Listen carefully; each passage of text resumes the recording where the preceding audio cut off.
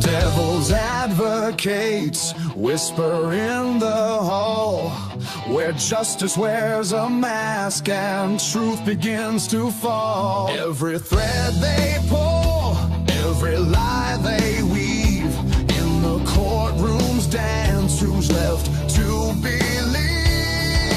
Oh, the devil's in the details, hiding in plain sight, innocent until the gavel steals the light. True crime echoes through the hollow night, fighting injustice with no end. The devil's in the details, hiding in plain sight, innocent until the gavel steals the light. True crime echoes through the hollow night, fighting injustice with no end in sight.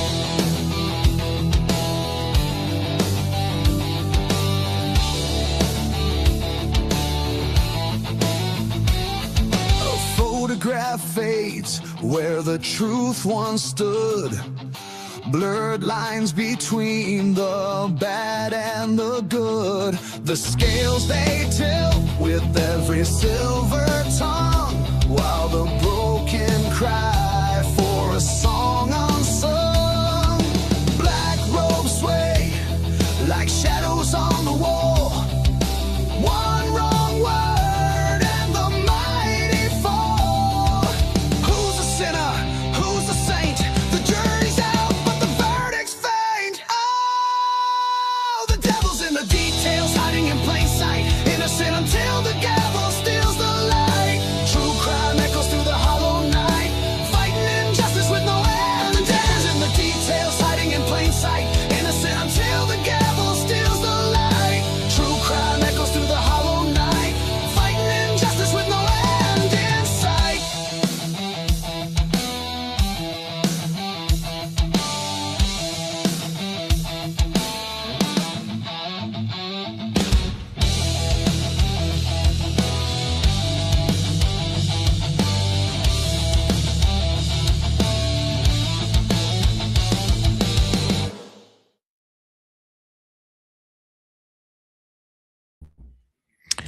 All right. This looks a little different, doesn't it? How's the sound? Everything looking okay? All right. So, yeah, everything looks different because I'm on the road once again, and then man, is it throwing me off. This whole thing about going on road shows, boots on the ground, was something that we thought was going to be important for our channel and our show in the future, and hopefully it really will be.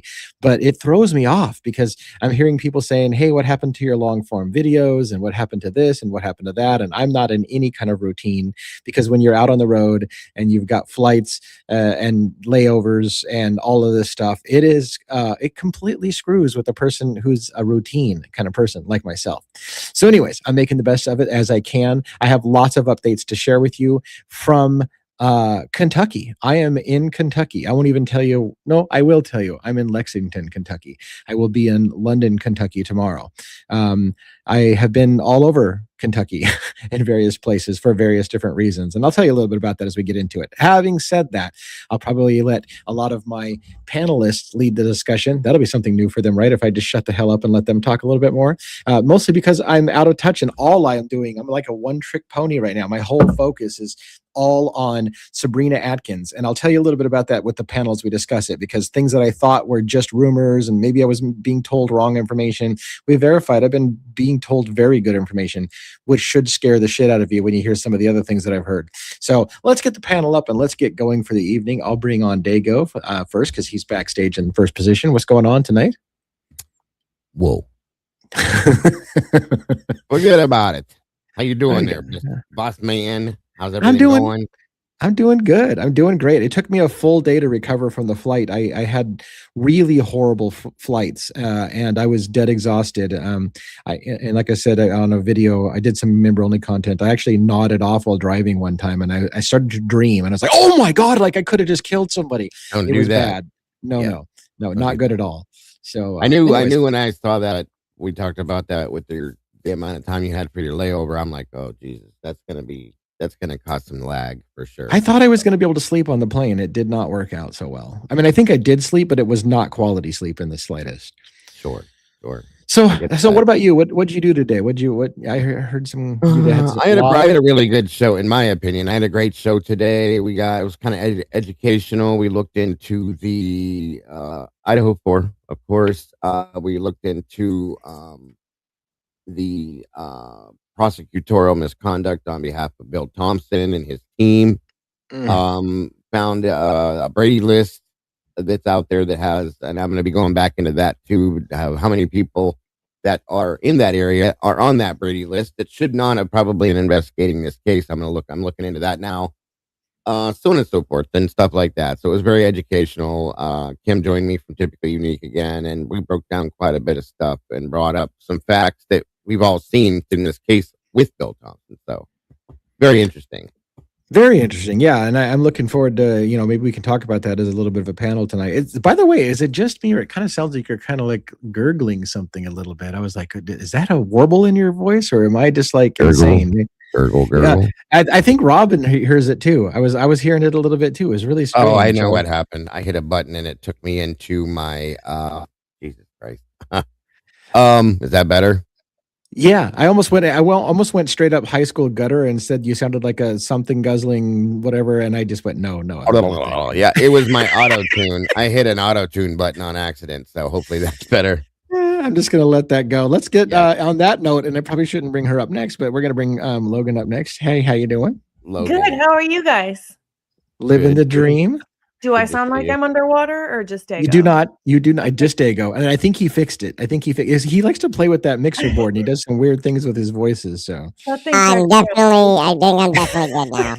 I think we're in the right path going forward. I think we got this underwater gurgling, whatever guzzling thing we're talking about. That's beautiful. So what is the highlight of your day today? Or do you have any highlights? Oh, just working my behind away. We did a live today, not that long ago, and just had to dispel some rumors and things that were not true, and then just some ideas and stuff. So kind of waiting for some documents to drop and some filings to happen and stuff. So yeah. When you say dispelling rumors for on your personal case or on one of the cases you're following, like on the Idaho 4 case? On Idaho. Yeah. Some people that are making videos that are not telling truthful things, but they're stating them like fact. And, it's hard because people are out here believing the stuff and you don't blame them because they say one truthful thing. And then, sometimes you don't know what to believe. So it's hard. Yep. And I don't want to be the person to have to do that, but I just don't want, especially people over here, to be hanging on to lies. There's too many people confused already, Logan. And that's what we're trying to avoid is more. So yeah, and it's funny. I got attacked today, and I took it personally, and I shouldn't have. Somebody again started out calling me an idiot because somebody. So I have a team, right, that makes shorts sometimes of our long form videos, and so they made a short of me mentioning how Dylan Mortensen said that they cleaned up. And that they wouldn't find any DNA from the killers because they cleaned up, right? And the officer was like, "Wait a minute, what do you mean you cleaned up? Wasn't that before this weekend?" And they're like, "Yeah." So, anyways, the short got out there with me saying Dylan admitted that they cleaned up, and this person blasted me. "You're a fucking idiot! Quit saying false information. There was no cleanup. Dylan was clearly talking about before that weekend." And I'm like, "You're not paying attention because even the officers questioned why she said, 'Hey, you're not going to find any DNA because it's a cleanup.' So maybe you should read the fucking documents and quit ripping on my ass." Anyway, yeah. I was. Why do we take it so personally? I should not take it personally. No, but we do. Yeah, you want to be able to be on the same page when you have conversations with people, and when you have somebody out there saying that Lyndon Beck said he was there 4 hours before. Thank you. The 911 call. That's not true. That's not even what he said. And there was some other shit that. Yeah, thank you, Logan, because I didn't get to approach that because I was going to go off about that. That was ridiculous. Yeah, it's so annoying. And that's like, and I wasn't going to say anything before this person has done it like 10 different times with other parts of the case, and I'm like, that's not true. Yeah. And I do want to get the rest of our panel up, but I think that's my problem is I hate when people start out calling me an idiot for when I feel like I know the case better than they do. And you're going to call me an idiot, tell me I don't know the facts when you are not understanding what you're even saying. Like that's what makes me the most mad. Like you're literally ripping about something that I have to explain to you why you're wrong about what you're saying. You know what sucks? Go ahead, Dago. some people do that that have been in this case for a week, Lee. They'll come I in know. a week into it and they're like, "You are Tell wrong. you, I just you're read an that." idiot. Yeah, you're. I'm like, I've been here for 3.5 years. Sit down Yeah. and shut the fuck up. Do some more research. Too early for We that. might Sorry. not always get it right either, but after Yeah. I saw like 8 videos back to back with completely false, misleading information, it's just as frustrating as reading the case file with the misleading information. Yeah. Now I you're get just it. doing it the opposite way. I get it. I totally get it. All right, let's. I'm with you. Let's And bring up Grant. Robin and scene. Drop the mic. Okay, let's do. Let's get Robin up, and then we'll get one up, and we'll get kicked off here. What's going on, Robin? Hello, how does my voice sound tonight? Absolutely amazing. I thought you was like that. You don't even need a mic. Sorry, I couldn't help it. I'm listening to Dago back there, and he's like, "Hello." Wow. Yeah, Oh, now I you didn't just even- now StreamYard just muted her again. They just punished her for trying to be funny. Oh my god. I forgot What I had the- auto tune on this, and I don't. We want gotta- it to ever come out. I'm having a hard time, Robin, to get your sound back. What the hell with StreamYard? They hate you. They hate you with a passion. I know, and I don't know why. I never did anything to StreamYard. I don't know. Is it an old Well, thing anyway. from back in the day, Robin? Did you and StreamYard have it out back in? school or That's what it something? is. Yeah. Maybe an Crossed old- him Yeah. a long time ago. Yeah, Yeah. it's an old grudge coming back to. Might be. Must have. Might be. Some kind All of right. old grudge. I don't know. We do need to get one up here to say his monologue. Is there anything you want to share with us as a for your highlights of your day or anything like that? Are you holding down the fort for me while I'm out of town? Yes, sir. I'm doing my best. Nice. All right. Well, let's bring up one. Maybe I tried to add him and then it just. Insane. What's There we going go. on, sir? Everyone needs to know their role and shut their mouths. Yes. I feel so jealous that everybody gets to do that voice and I don't get to. Me and Dago are taking over. Well, what's the highlight of your day today? So my captain's classes started. Nice. Interesting stuff. So we already lost one person. They Oh, like They somebody who they got gave up. promoted decided they said no, I'm out. yeah, they already gave up. So we went down to 10 to 9, and tomorrow we actually have a meeting to go. We're not gonna have to present or really do anything. It's more so observing. I think the Bronx is being called down to one police plaza, and so we have all these things that it's basically they call it compliance stat, and we have all these rules involved with we have a federal monitor that reviews the Terry stops, which stop, question, and possible frisk for those of you who don't know what a Terry stop is, and also all the body camera things and things like that. And they grill you. They pretty much they go after you for they expect you to know a lot of information, and we're not robots, obviously, so there's going to be mistakes made and liabilities, and you need to be able to answer for those liabilities. And if you cannot, they have no problem embarrassing you. And that's some people cannot handle that stress, I guess. So I mean, I've been to some of these meetings and stuff. Some of them can be pretty brutal sometimes, but the former positions and stuff that I have had as a lieutenant involved helping the captain prepare for some of these meetings and stuff. So I know what's involved with some of the research and things there, but there's a strong possibility after tomorrow another 1 or 2 people may decide to give up their position. So What happens to those Interesting. people? Do they go back to their old spot? Well, or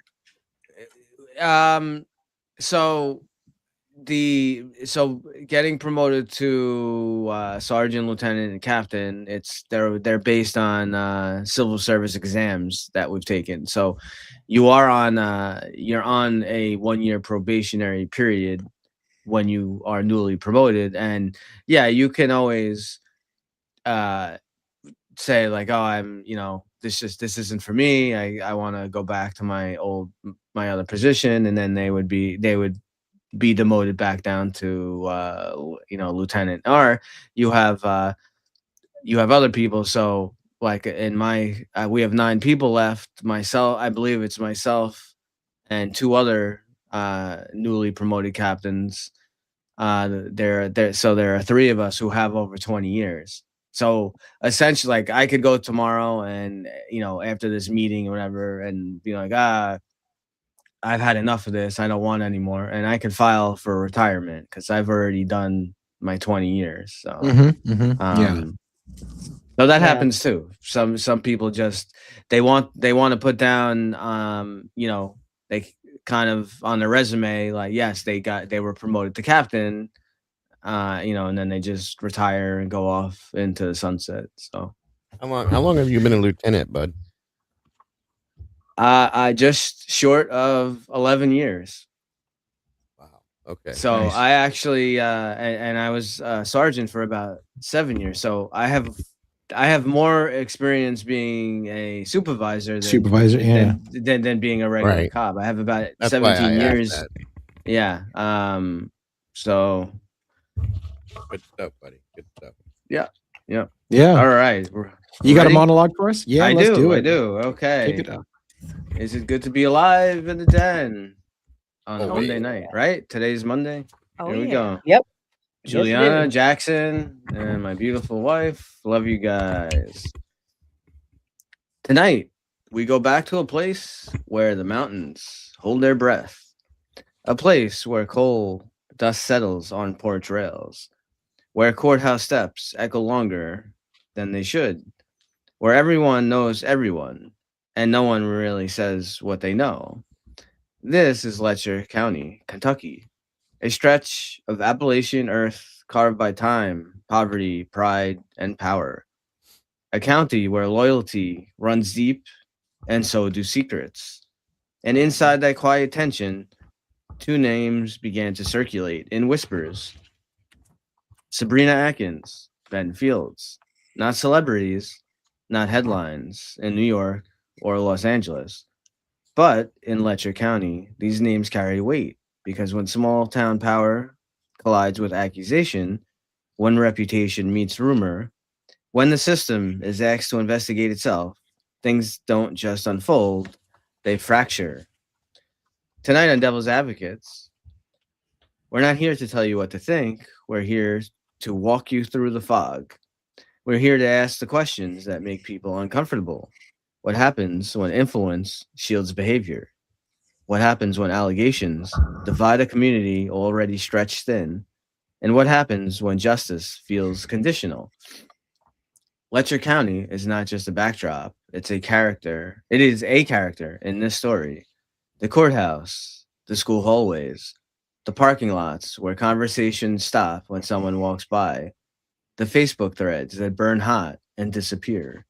And in the center of it all, Sabrina Atkins, Ben Fields. 2 people, 2 narratives, 1 community forced to pick sides. But here's the thing about small towns. They don't forget. They absorb. They bury. They protect. And sometimes they explode. Tonight, we slow it down. We examine timelines. We separate accusation from evidence. We look at who benefits. We look at who loses. And we ask the question no one wants to ask out loud. Is this a story about individuals, or is this a story about a system? Because in places like Letcher County, Kentucky, power isn't loud, it's familiar. And familiarity can be dangerous. This is not outrage radio. This is not rumor mill theater. This is Devil's Advocates, where we hold space for both sides and let the darkness speak for itself. Lock in, lower the lights, and let's step into Letcher County. And with that, live from New York. It's Monday night. All right. Thank you very much for that. And it's very cool that you spent so much time talking about Letcher County, because I did want to talk a little bit about that, obviously, since I'm on the road and doing this. I feel a little bad for the panel because I realize not all of you are into it as much as I am, and so I don't want to make the panel sit around and waiting for me to give a bunch of updates. But how do I not cover why the hell I'm out of town in the first place and all that stuff like that? So we kind of need Right. to do it a little bit, right? So I'll try to find some space for you guys in this as well. By the way, before we get too far, there's been an individual a couple of nights in a row have said in the chat that she would like to meet me in London, Kentucky, I think at the courthouse. And I have missed it a couple times. And my wife's like, you keep ignoring that person. I'm like, I'm not ignoring them. I'm trying to run a live, and sometimes I just miss stuff. So if you're in the room and you're listening to this now, please make sure you send a message in the chat. Make sure our moderators catch it. I'd love to meet you, and anybody that's there who wants to meet up at the courthouse as well. Make sure that you let me know so we can make that connection. I would hate to come all the way across the country and have somebody that wanted to meet and hang out for the trial and miss that opportunity. So let's make that happen. So let me tell you a little bit, guys, about this place is a scary fucking place. I'm telling you. So at first I thought to myself, I'm not getting the complete story. So I had flights to come out here for this trial of Sabrina Atkins versus Ben Fields and other entities. He's actually suing entities like EKCS, which is Eastern Kentucky Correctional Solutions, and the Sheriff's Department, Letcher County Sheriff's Department. And the trial's happening in London, Kentucky, which is another kind of relatively small place.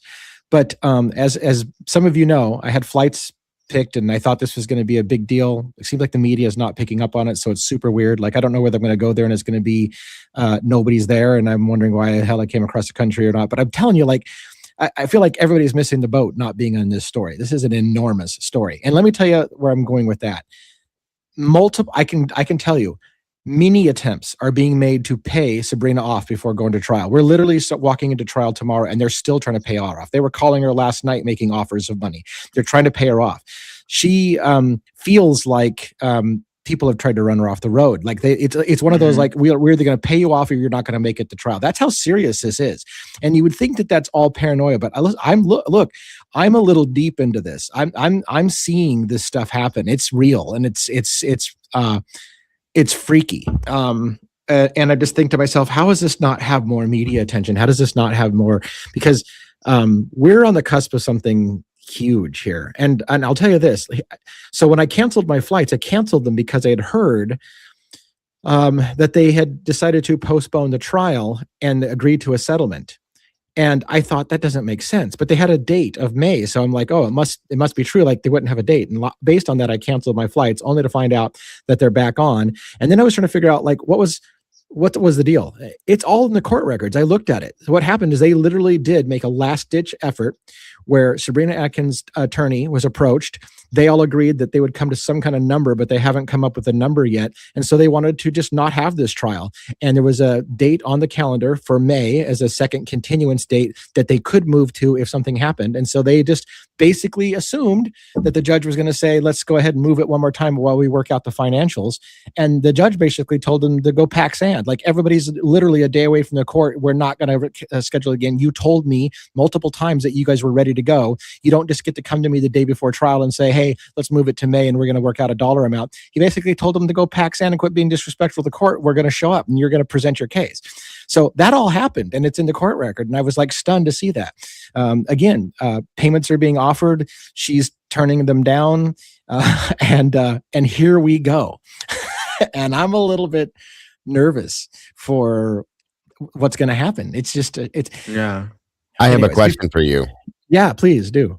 Because I know we approached this part of this conversation once before, and I've covered Letcher County up to when it got into this. Okay, everything else.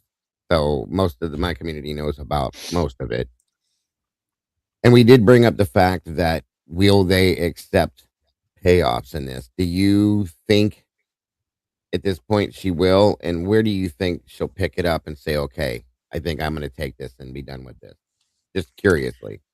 Yeah, no, it's a great question, and I'm gonna couch it the same way I've been telling the locals here. I said, and I was on with the defense rest today, and I said the same thing on that show. Mm-hmm. I can't blame Sabrina Right. for life-changing money. If they come to her and she's living very poor or whatever, and they come with a number that literally changes her life and that of her children, how could she not do what's best for her and her children? Right? Of course. But that payment is going to come with a shut the fuck up requirement, an NDA. Like you can't talk about how much money we paid you, and you can't talk about the details, which means the problem and the corruption in the county just gets paid and covered up. Yeah. And so on the one hand, there's no part of me whatsoever that could blame her for taking life-changing money if they offer it to her, and I kind of expect that to happen. I expect them to make an offer that's just too good to refuse, and I kind of expect her to take it. And I can't be angry with her. I'm there's a part of me that hopes that we get to see the corruption and it gets exposed, but that only happens if they don't find a number that's acceptable. And then here's the blunt thing, and I said this, and I hate to say it. At some point, it becomes a matter of math, right? It's cheaper to kill somebody than it is to pay them off, right? And so, at some point, if you don't take a big enough number, are your days numbered? You know what I'm saying? If you don't take a big enough number, are your days numbered? Because they're not going to lose millions of dollars, right? And we already know that that's not out of the question for that to happen here, guys. It's not at all. Yeah. And so I don't even know how to really, advise. I can't advise. I mean, and that's the thing. I'm too close to this. I know too much now, and I know too many of the people that I just kind of sitting there like, man, I don't know how much I can even say anymore at this point, other than do what's right for you, Yep. And so absolutely understood. Good answer. This question here: if one plaintiff wants to settle, does the other have to as well? From Third Apache. So I want to be sure we understand the terminology. So the plaintiff is Sabrina Atkins, right? And the defendants are Ben Fields and Letcher County Sheriff's Department, maybe, and EKCS. So the plaintiff, if she's so first of all, the simple answer to your question is both sides have to agree to settle. And in fact, here's the scary thing, in my opinion. Joe Childers, who's the attorney for Sabrina Atkins, basically when they asked the judge to move this to May, said essentially both sides. So he's saying both sides have agreed that we want to settle on a number. So give us a little bit more time until May. And the judge said, basically, fuck off, you're going to trial. So I still kind of expect a courthouse step decision and handshake decision. And I don't know how the judge will deal with that, with we just decided on a number, we drop all the charges right now kind of thing, which may happen. We may literally walk there to find out that a deal has been made and there's no trial today. Who knows? But and why I say that scares me is it sounds like Sabrina's attorney has already said, essentially, I'm reading between the lines, that there is a number that she'll accept. So if we can work out the number, she'll accept the deal and we'll be done. Now, I don't know if that's true, but when he put in the writing that both sides have agreed that we're ready to settle, just give us a little bit more time, that suggests that she's ready to settle, but the number has to be right. Yeah. So, but wasn't there already a threat that she got like a while ago?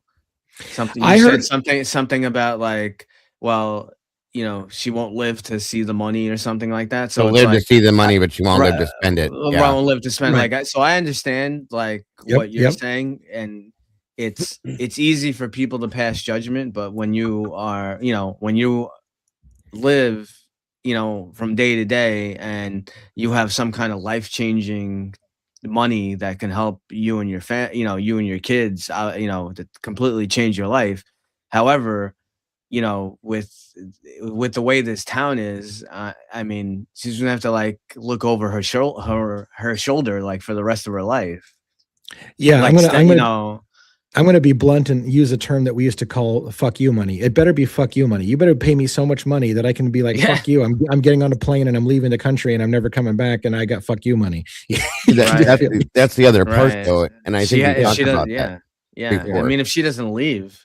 That's what I'm saying. If she takes this day off, okay, and just stays there, what's the point? Because at some point, I'm gonna guess they don't trust her anyway. So somebody's probably still gonna try to take her out, in my opinion. Right. And then what's the point? Like, take it and get the hell out. You know what I mean?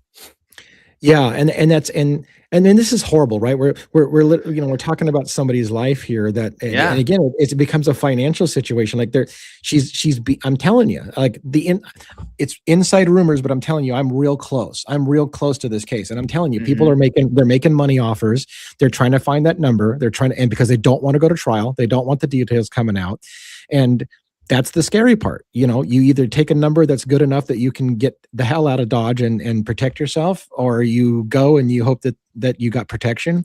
But then the question is, are people protecting her?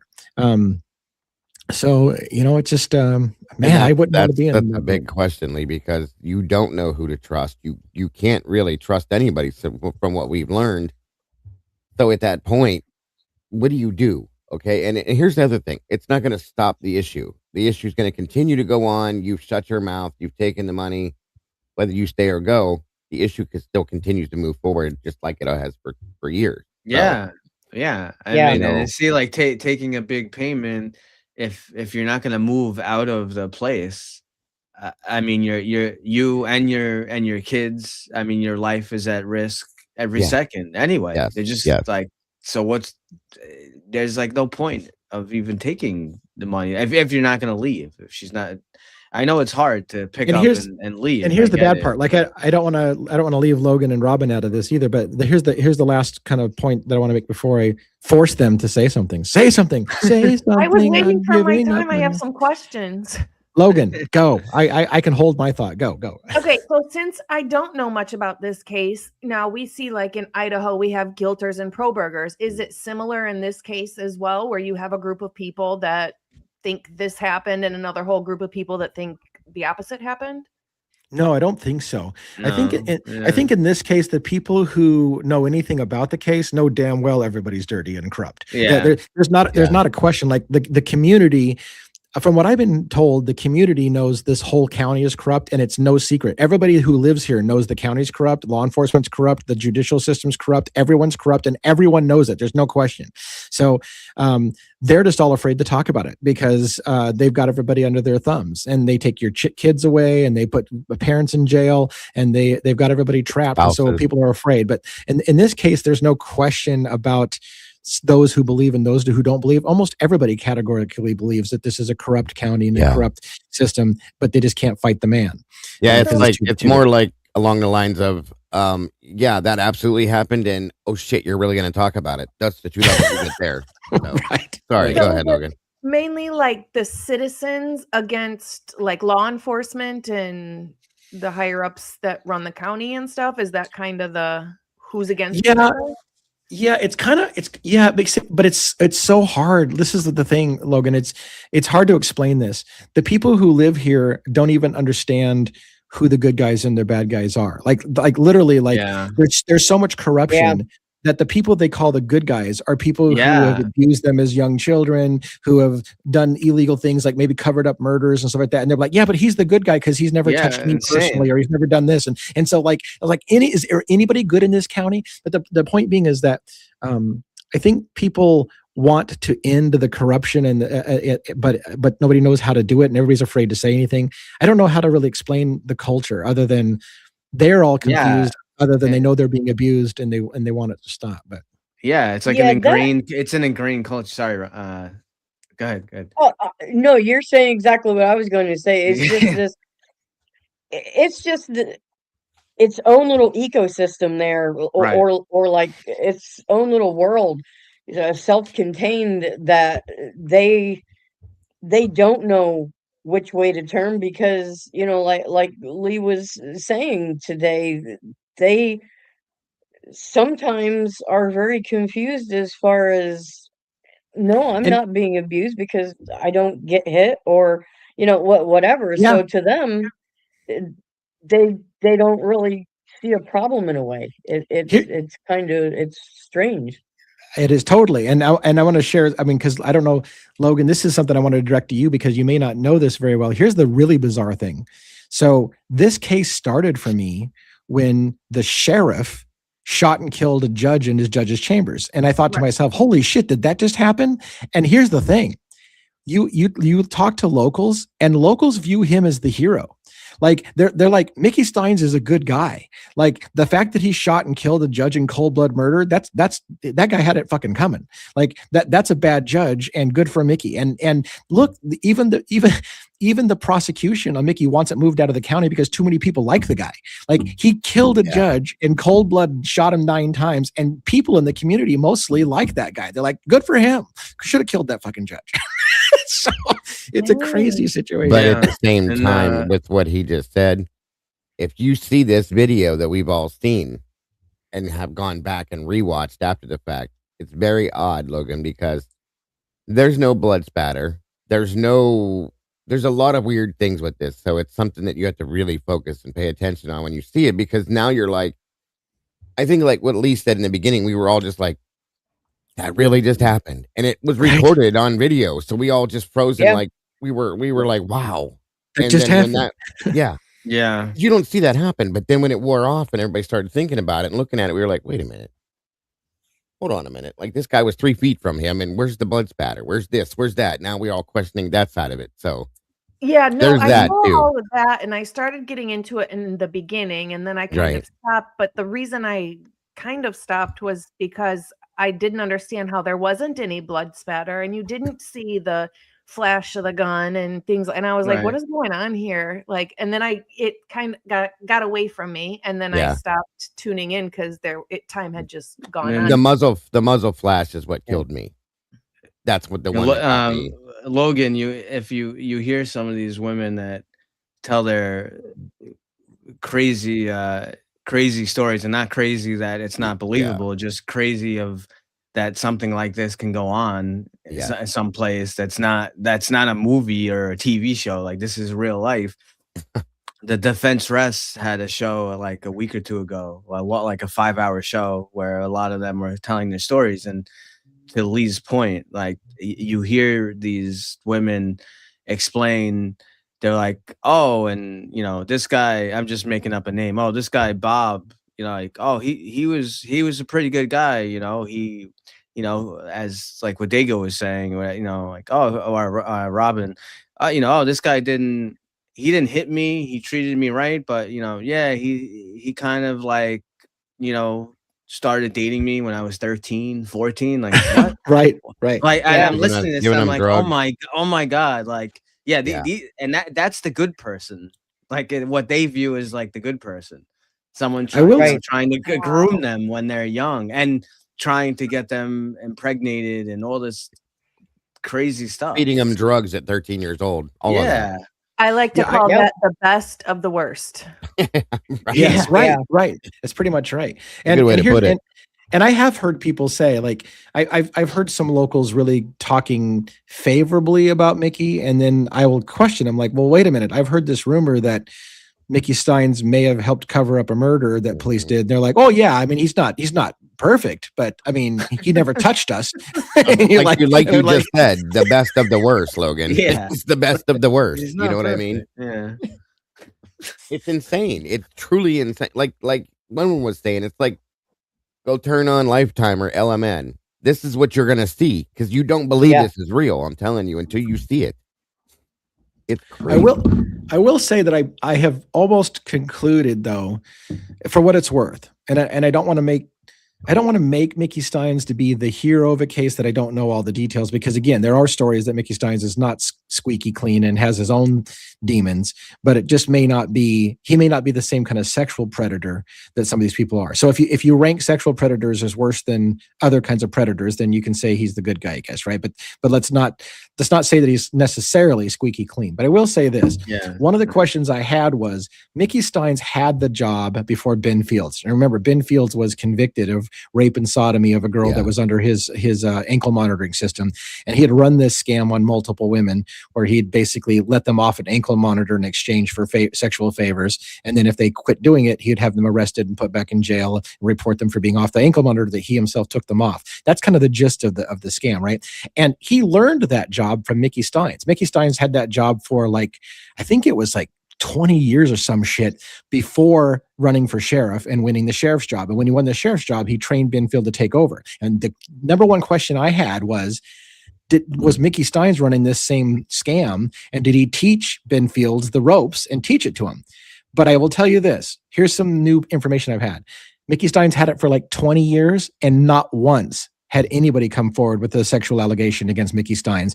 And Mickey Steins apparently called Patty Stockham, who was the ankle monitoring person, when he found out Ben Fields had done this, and apologized over and over, to the point that she jokingly said, I'm going to file a restraining order if you don't stop apologizing to him. And he's like, I can't believe that happened. So I don't think Mickey was that kind of predator. Again, he may have had different issues, but he wasn't, I don't think he taught. I'm convinced now, pretty much, that he didn't teach Ben Fields the ropes on that. That was all Ben's wasn't he gifted into the, like, not get the, that's the wrong word, like when he got the position, it was there already in the works already, like kind of working itself out, and he was just kind of born into the situation without really knowing. From my understanding, is that true? Say that. I was reading this comment at the same time you're talking. I'm bad. What did you say? Say that one more time. You're ignoring me. That's okay. I just fucking totally tuned you out. It's like, whatever. Wah, wah, wah. All I hear is wah, wah. Yes, I'm completely used to it. It's okay. All right. So when you can do it. Christ, I'm sorry. All right. Did you forget your question? When Mickey got the position, he was kind of, it was already going on in the background. It was already there. He was just kind of like, he walked into the situation already preemptive. It was already there. It wasn't something that was created after he became the sheriff, right? Because he used to be Mullins' bailiff, if I remember right. Yes, Mickey Steins was Mullins' bailiff, right? And here it gets convoluted, man.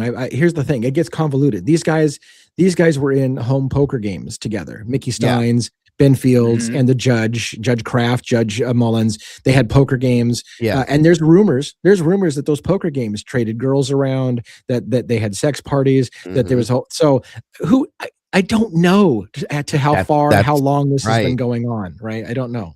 That's why that's stuck there. Like, okay, was it there it is, grandfathered. He was grandfathered in the situation because it was going on when he walked into it. And then here's what I get the impression. I get the impression, this is all me, but I get the impression this was kind of a good old boys network with a bunch of guys that played poker together and whatever. And they all were corrupt in their own little ways. And again, I get the impression Mickey Steins' thing wasn't abusing women this way. He didn't agree with it. He didn't like it. He may have had his own shit going on that he doesn't want people to know about, but this wasn't his thing. And I think it ate on his conscience. And I think it ultimately is what's behind him shooting the judge in the judge's chambers. Now, to Logan's point and your point, when you guys were talking earlier about no blood, there's good evidence to suggest Mickey Steins, when he found out what Ben was doing and it bothered his conscience, he went to the Kentucky State Police to report it. And the Kentucky State Police didn't want to investigate it. They said they were too close to the case, couldn't investigate it properly. Mickey Steins then apparently went to the Attorney General's office and took it up a level. And that got the feds involved potentially. And if that happened, one might ask, how high does this corrupt county go? Does it go all the way up to governors or senators or congressmen or women? Who knows what's going on in this county and who doesn't want those secrets to come out? And did that lead to some kind of situation where, I hate to say it, that they would fake a judge's murder in order to put him in witness protection for him to hire people up the food chain? Is that possible? I don't know. Absolutely interesting. Thank you, Christine. I'll be looking for it. No, that's a very interesting thought and theory on this. And it is all based on thought, alleged, speculation, because we don't know yet. But you definitely got to wonder. And if this was the case, this would be the perfect situation for something like that. Agreed. I'm gonna segue us to Idaho 4 in a second, but I want to just hit a few more things on Letcher County because I'm here, right? So I want to let people know a few things, and I want to segue with we need to be careful what we say. And I'm trying to remember if was it Ashley Banfield? Somebody recently was threatened to be sued for a comment that she made actually it wasn't Idaho 4, it was in the Guthrie case, I think. Nancy, yeah. So we'll segue to that in a minute. But let me tell you guys real quick what's going on. For those who don't know, I'm trying to get better and better at boots on the ground stuff. So hence I'm going to be at trial. There's no cameras, right, allowed in the courtroom. I don't even know if media is going to show up. I'm going to do my best to take really good notes in the courthouse. And then on breaks, if we have a lunch break, I'll see if I can make an update on, YouTube or whatever as a short or whatever. I'm doing members only videos because some of the stuff I'm talking about is stuff that's going on with locals that may not be appropriate for large audience, and because for some reason the nation hasn't caught on to this story. It's a dead story as far as YouTube goes. When I talk about it, nobody listens because they're like, who the fuck's that? Who cares? I don't know why they don't care. This is an enormous case and it's probably going to get bigger. Yeah. You watch. This is going to get bigger. This is not over.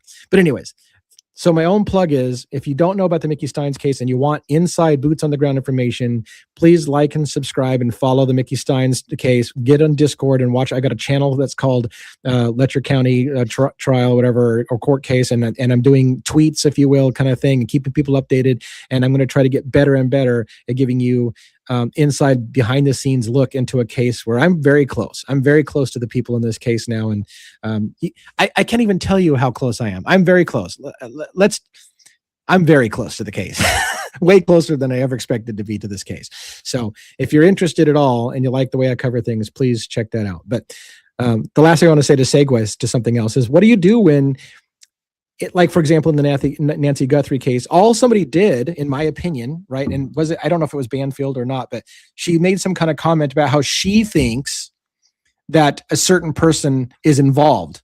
And that has led to considering lawsuits for her saying that. And I'm thinking to myself, well, how is her giving an opinion any different than what we do? We say all the time our opinions about who we think might be the killer or who might have been involved or how it might have happened. So are we all going to get sued? Can a person not give their personal opinion? Like, if we sit down at a coffee table, I can tell you what I think is going to happen and nobody's going to sue me. But because we have a platform, do you get sued because you tell somebody what you think is going to happen? You're not saying it did. You're just saying, this is what I think is probably going to happen. I think that was because her and the person that could sue her were very close at one point. And I think that she made a statement that a very good source told her this information. And that was the wording. Yeah, a very good source, right? In turn, I think it changed the situation at that point. Because we always say, in my opinion, this is what my thoughts are. Allegedly, she didn't say any of that. She just put it out there like we just said it, and that was that. So,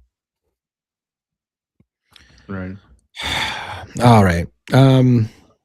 So I'm kind of done with my Letcher County thing, unless you guys have any more questions about it. I mean, so yeah, unless you have other questions, let's talk some Idaho 4. I know that one of the things I do want to talk about for Idaho 4 is this allegation, and we talked about it a bit backstage, and I think you confirmed it. But I hear in Bill Thompson's career, he's only gone to trial twice. Everything else has always ended in some kind of deal or whatever. And I think to myself, we talked about this backstage a little bit. Yeah. That is almost a sure sign of some kind of fuckery or corruption going on to have that kind of success rate. Nobody should have that kind of success rate. And if he's not ever going to trial, what the fuck is that guy doing for 30 years? And again, and when I ask the question, then I get nervous. Am I going to be sued for suggesting something? I'm just asking a question. How does somebody get that fucking lucky that they only get to take two cases to trial in 30 years? I don't even understand that. It makes me wonder in specifically in Idaho, in that area, how many people are in jail or in prison because they were upcharged so much. Yes. That they then pled guilty to something else. And it makes me want to look into all those other people's cases. Like, what went on here? That is exactly what I said on my show today. 100% that I think everything he's ever touched, everything in 35 years needs to be looked at 100%. Right. Absolutely. And I guarantee you'll find all kinds of fuckery. I mean, Idaho 4, every little document that comes out, because it's the coverage that it gets. But think about how many of these, different crimes and different things, have gotten zero publicity, and they just get away with God knows what. I found two cases that he covered in the past. One was going on during the Idaho case. One of them I didn't delve into much because it was a domestic and it involved child abuse and stuff like that. But the other one, and again, the man did no work. They had not been contacted I think even the domestic one, there was no contact from the prosecutor's office whatsoever, and then the case was just dropped. That was it. Right. End of story. What kind of case was it? Domestic. It started off as like a theft thing and turned into some kind of a domestic abuse case. It was so weird. So weird. The woman said she contacted the county, and they were like, yeah, the case is over. It's done. And there was never any contact from the prosecutor's office ever. How do you do that? How does that work out ever? Ooh, I don't know, but we threw a word around backstage when we were talking about this. Maybe it was just me throwing around and you guys nodding every once in a while, but sociopaths. I feel like you have to be a sociopath to throw somebody in jail that you know didn't do it because it looks good for your conviction record and it looks good for your career and it gets you promoted because you and I'm thinking to myself, what kind of people can do that to other human beings? I mean, you read the book Framed to talk about it all the time, and it happens all the time. They literally know the person that they're prosecuting didn't do it, and they don't give a shit because they want a conviction and they can prove it enough to get a plea deal. And then I ask myself the follow-on question: if what it takes to be a good prosecutor is to be a sociopath, how many of our prosecutors are sociopaths? Because there's a lot of people who say that presidents of the United States are generally sociopaths. And CEOs of big companies are generally sociopaths because they make decisions. They don't give a shit about people. They give a shit about the dollar. Yeah. And that's all that matters. And they have to make decisions. A good CEO has to make decisions that says, I don't give a fuck if your kids get anything for Christmas this year. We're making a buck this year. And that's all that matters to me. I don't care about people. And so they're the people who run companies best and maybe run countries the best. Right. And maybe best prosecutors as well. Yeah, I don't know, because the conviction rates are tied to politics. Mhm. Very clear, you know. So, Yeah. So not saying that all politicians are, involved in this, but they, they'll basically they even if they have an idea, they won't ask questions. They don't want to know. Just, oh great, Bill Thompson, you're whatever, you're 95% whatever conviction rate, plea bar, great, because it makes them look good. They're like, oh, they're clearing, cleaning up the streets. They're clearing it up, and that's all they care about. Well, Doesn't what I matter how wanna they get know there. is how many cases was Bill Thompson the prosecutor on that these people pled guilty to life instead of getting the death penalty, and he was part of that, and now they're serving life for maybe something they Well, did not do. I wanna go back and look at those cases I'll Yes, too. tell ma'am. you something else to look at. You also should. That is a good point. Also look at any case that had any involvement with Molly or some kind of, CI or something. Although we might not Yeah. know who the CI is. That's all Anything they that, cover. That's all they yeah, have. Any kind of a right. drug case in that area. Real quick, let me speak to this real fast. George King, thank you very much, brother. Dropping 5 true crime memberships over here tonight. I appreciate you so very much. And it looks like Rare Zebra, Kenny B, Melissa Haley, River Birch Farm. It's weird. I think that's it. Stoned but not alone. Congrats, welcome to the sauce, all you guys, and thank you again very much, George. God bless. You're gonna have to show me sometime how you see who got the awarded memberships because I don't even know how to do that. That's very cool. But It just maybe- popped up in my my YouTube chat on my In the screen. chat. Yeah. Yeah, it just But pops up in the chat. But I do want to reiterate what you're all saying because I agree with you. It would I think it's worth our time to dig into Bill Thompson's entire case history. Now, here's the problem. I isolated a couple cases I already had problems with, which involved Bill Thompson and Moscow Police Department involving Molly, right? We talked about Molly. Somebody mentioned Molly. Yes. And so I went Right. to the prosecutor's office asking for some information about that. And they basically told me all of that's attorney-client privilege. You can't ask me for anything. That was the response. And they said, if you disagree, take me to court. So I'm not going to get shit from Bill Thompson's office. So we got to find a way. And maybe you have to go to every single case and then go after the police records. But Bill Thompson's not going to cough up shit about his. He's going to hide behind attorney-client privilege, and I'm not allowed to talk to you about any of my cases. Right. But somehow, I feel like it's worth our time to look into the history because I'm telling you that trend means something. Yeah, and I guarantee yeah. you, there's a pattern. I would would bet money that you'll see a pattern. How many times, has he had Molly lie, or someone similar to Molly like lie about something? Oh yeah, That's her just buddy. I need you to be a witness for me, and then I will get you a Yeah. lighter sentence for here or there. Right. Well, I'll Right. take care of you. Now, Wait. is it is that something that doesn't happen, like like US wide, that deals are made and stuff? Yeah, deals are made all the time. People, they always, you want to get the bigger fish, right? You want to get you don't always want to get the low hanging fruit. So someone, maybe we get someone's arrested for a certain amount of heroin or cocaine and that, but you want the bigger fish. So maybe you make a deal, but uh to have a pattern though, and to have someone that's, I mean, look what was going to happen in this case. I mean, Molly was going to be the star witness, saying she saw BK at the house. She was going to be the one to place BK at the house, which But who changed we her know is a mind? lie. Who Right. changed her mind? One. I Which think is the a public did. I think weird- the public you. getting a Right, hold no, of I the get public it. getting a hold Right, of those getting a hold of those body camera footages of the Right. cops pulling her over and her saying I'm friends with Bill Thompson ruined that fucking plan. They were going to do that, but here's the thing: good to us, the community. We were pit bulls. We were all over this. As soon as Sure. somebody said, "Well, like Molly, who? Let's go," and people started FOIAing that shit and fucking getting records and body cams. And next thing you know, it blew their plan. If we hadn't done our job, they would have pulled that shit off and just used her. Well, and at some point, Molly, our videographer over here, she's also a very good researcher, moderator, so on and so forth. We looked into some of these older cases, a lot of the drug cases and stuff, a good handful or and a half, I'll say, of these drug cases. And you want to know, almost every one of them, that person was rolled. They are now CIs. They are now in that drug program. Everybody that gets in trouble for drugs over there seems to fall into this program conveniently. Mhm. And this is what they do. Every Right. damn one of them. And therefore, in turn, there you go, folks. Look back at his track record. The man hasn't had to do any work. Everybody works for him. They all do what he needs them to do, and they all work together. I mean, it's pathetic and it's bullshit. And I agree.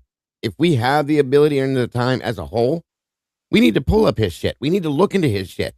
We need to find a way to dig and to put him out on fucking Front Street, in my opinion, and point it out, folks, because it's enough. It's bullshit. This is just as bad as what's going on in Letcher County in different ways, but just as bad. Yeah. Real quick, we have a Sorry. membership gifting war going on. Everybody's out there. So thank you, KS, Jess, and Art on our side, and looks like George King's doing it on other sides. Looks like we're in a gifting war. It's a gifting war. Oh yeah, I like it. Thank you, job, George King. We appreciate you so much. We have 5 new turtles. Thank you. There you go. very I much, mean, look at that document that has to do with Farley. From what was it, 2019? Yeah. So it says it. I don't remember word for word, but the document is part of the Idaho stuff and whatever that we have researched. It clearly states in there that the guy has a history of lying and making up stories, but yet the FBI task force there, led, I guess O'Neill was listed as his handler. Still, they basically acknowledged in the document that they know that he's a liar and they know that he makes up stories, but they still reserve the right to retain him as a CI. It's insane, but true. Yeah. And Lucy's saying that that one's not about Farley. It's something else. I don't know 100% about that. Go ahead, Lee. Sorry. I want to share with you a funny moment. I got kind of duped. So I've been having people more frequently tell me, "Hey, what happened, DA? You used to do long form videos and you haven't done it." And I've been like, "Hey, look, I am dedicated to doing it. Once I get fucking back from the road, I've been on the road for it seems like a half a month. I've been on the road." But it was funny because I was starting to try to prep for one and I got duped. I got duped by the New York Times. So the New York Times had an article that just came out a day or two ago that said Chief Fry, former chief of police, Chief Fry from Moscow Police Department, admits that he made mistakes in the Koberger trial. And so I was like, oh shit. So I go to click on it and it's behind a paywall. And I'm like, fuck it. I thought I had a subscription to New York Times. Okay, I'm signing up for the thing because this is going to be good. This is going to be good. And it mentioned the Guthrie case as well. And it basically was this. Like the Guthrie case and that sheriff, he admits that he made some mistakes. And the only mistake in the entire article that he said he made is he should have told people what was going on 6 hours after it happened, not 3 days. And that was his mistake. And that was it. There was nothing about any other mistake other than, in retrospect, he should have told the public earlier instead of waiting 3 days to do it. And I'm like, I paid for that fucking drivel. Like there was no substance to that article whatsoever. It was also in People magazine and I got it for free. Well, what's funny about that is I saw the People magazine one as well, but it wasn't the same. It was like a summary of. So I wanted to get the full article from the New York Times, thinking because I knew People had done it as well, like, and they took pieces of it. It was even worse. Like it seemed like in the New York Times, it was like even worse. Like people at least added some fluff to it. Wait, are you on a different level with this? What you're talking about? Because I was going to throw one more thing at you about that situation. Feel free. Okay, real quick, just to go backwards, just a tinge, if you guys remember, Caden Young was another person that had passed away on the campus of Idaho University, right? Yeah. We all know that whole story. Demetrius Robinson, Emma Bailey, blah, blah, blah, all them people that were involved went to jail for this. They were brought up on charges for this. I was in the middle of a live stream. Somebody jumped in my live and said, Dago, they're gone. They got released, charges dropped, and they've disappeared. They're out. What? Hold on a minute. What are you talking about? So we go look up court records. Yeah. It's all gone. It's done. It's over. It's gone. There's nothing there. Yeah. Demetrius and you're right. I mean, I think we're talking about the same thing. Demetrius and Emma both were under investigation for that. And it just got dismissed. They just dropped everything and it was over. It was dropped. It was there one day. Yes. Yeah. There one day. The next day, gone, clean, nothing. This is what I'm talking about, you guys. Yeah. It's happening every day. Every day. There's no charges pending. The initial report was they were being transferred to the other county. Nope. Nothing. It's all gone. I asked for all those body cams for that situation because Emma Bailey and Demetrius were in the whatever room it was when all that went down. And I've never gotten a response. They don't respond. They don't. Wow. Kick rocks, not denied, not nothing. They just don't. It just disappeared, Logan. It's just like it never happened. Yep. Yeah. Yeah. And here's the thing. Like, I hate this lack of transparency. We're moving worse. It's getting worse. So in the same article, I forgot to tell you, in the same article about Fry's mistake, they reiterated that Idaho has recently passed a law that basically says they're not going to start telling anybody anymore. They're no longer going to tell people why people leave office. If you work, especially in law enforcement, if you leave, they're not going to tell you if you were fired, if you resigned, or what the conditions are and what you left. And I'm thinking to myself, why is it acceptable for us to have less and less transparency? We're not going to tell you anything that anybody's doing. You don't get to see body-worn camera. You don't get to see victims' bodies. You don't get to see when people do something wrong. You don't get to see when they're fired or they quit. It's none of your fucking business. Everybody could just kick rocks. And you look into, all these cases, and again, it's just kick rocks. You don't get to know. Like, why did we get to the point where that's acceptable? Like, I don't get it. Because we have no choice, Lee. They don't give us any other option. They just shut it down and walk away. And when we're over here going, hey, what about, they're like, yeah, sorry. And they walk away from you and it's over. That's just what it is.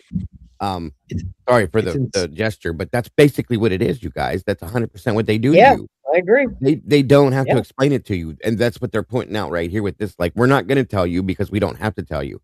I reached out trying to get a FOIA on the court records for that mess with Robinson and Bailey. And there's no response. I didn't get anything. Like Logan said, I got no, we can't give you that. No, it's not your business. Kick rock. I didn't get anything. Just, it was dead silence. Nothing ever back from it. So I can't remember which letter it was, but one of the public records requests that I sent came back, and I basically countered it or appealed their response. And I think it was Bill Thompson's office. I just don't remember the exact wording, but the wording from Ari Woodward, I think, who was his attorney for Bill Thompson's office, wrote back, and basically the letter said, the law allows us to answer the way we did, and so that's what we're going to stick with. It wasn't like we don't have the information you're asking. We have the information you're asking for, but the law allows us to give you exactly the answer. So when I pushed back and said, that's not, you can't do that. Yep. The law allows us to say it that way. And that's the way we're going to say it. So take us to court if you don't like it. Absolutely. Yeah. It's insane. And how am I going to fight a 30-year, career prosecutor who knows more about the law than I'll ever know? I mean, I'm going, it's like David versus Goliath. Like I can't compete with that guy. And the system's designed to protect itself. That's one of the insane. It is insane. And I looked into a little, like there was people saying that Robinson went to Vegas and went back to what he was doing, and that he went off and went somewhere else and blah, blah, blah. That's not, so they're not in WITSEC or anything like that. They either rolled over and gave them what they wanted and went up and blended into the crowd or something like that. It's the only thing I can think of. So it's the only thing that makes sense to me. And it doesn't make sense. So it's not okay, guys. This can't happen. Things like this you can't commit a crime and then just because you decide to tell somebody, well, guess what? It wasn't really me. It was this, or this, and just get away with it. Come on. It's ridiculous. I want to see this article that Christine Hurd was saying. She's going to send me an article that says the media is only allowed to report on what Idaho tells them they can.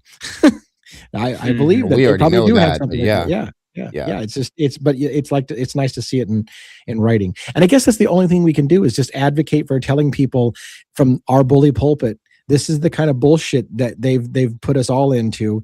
They're all corrupt. And we're just going to, that's all we can do is just keep pointing out the corruption, but.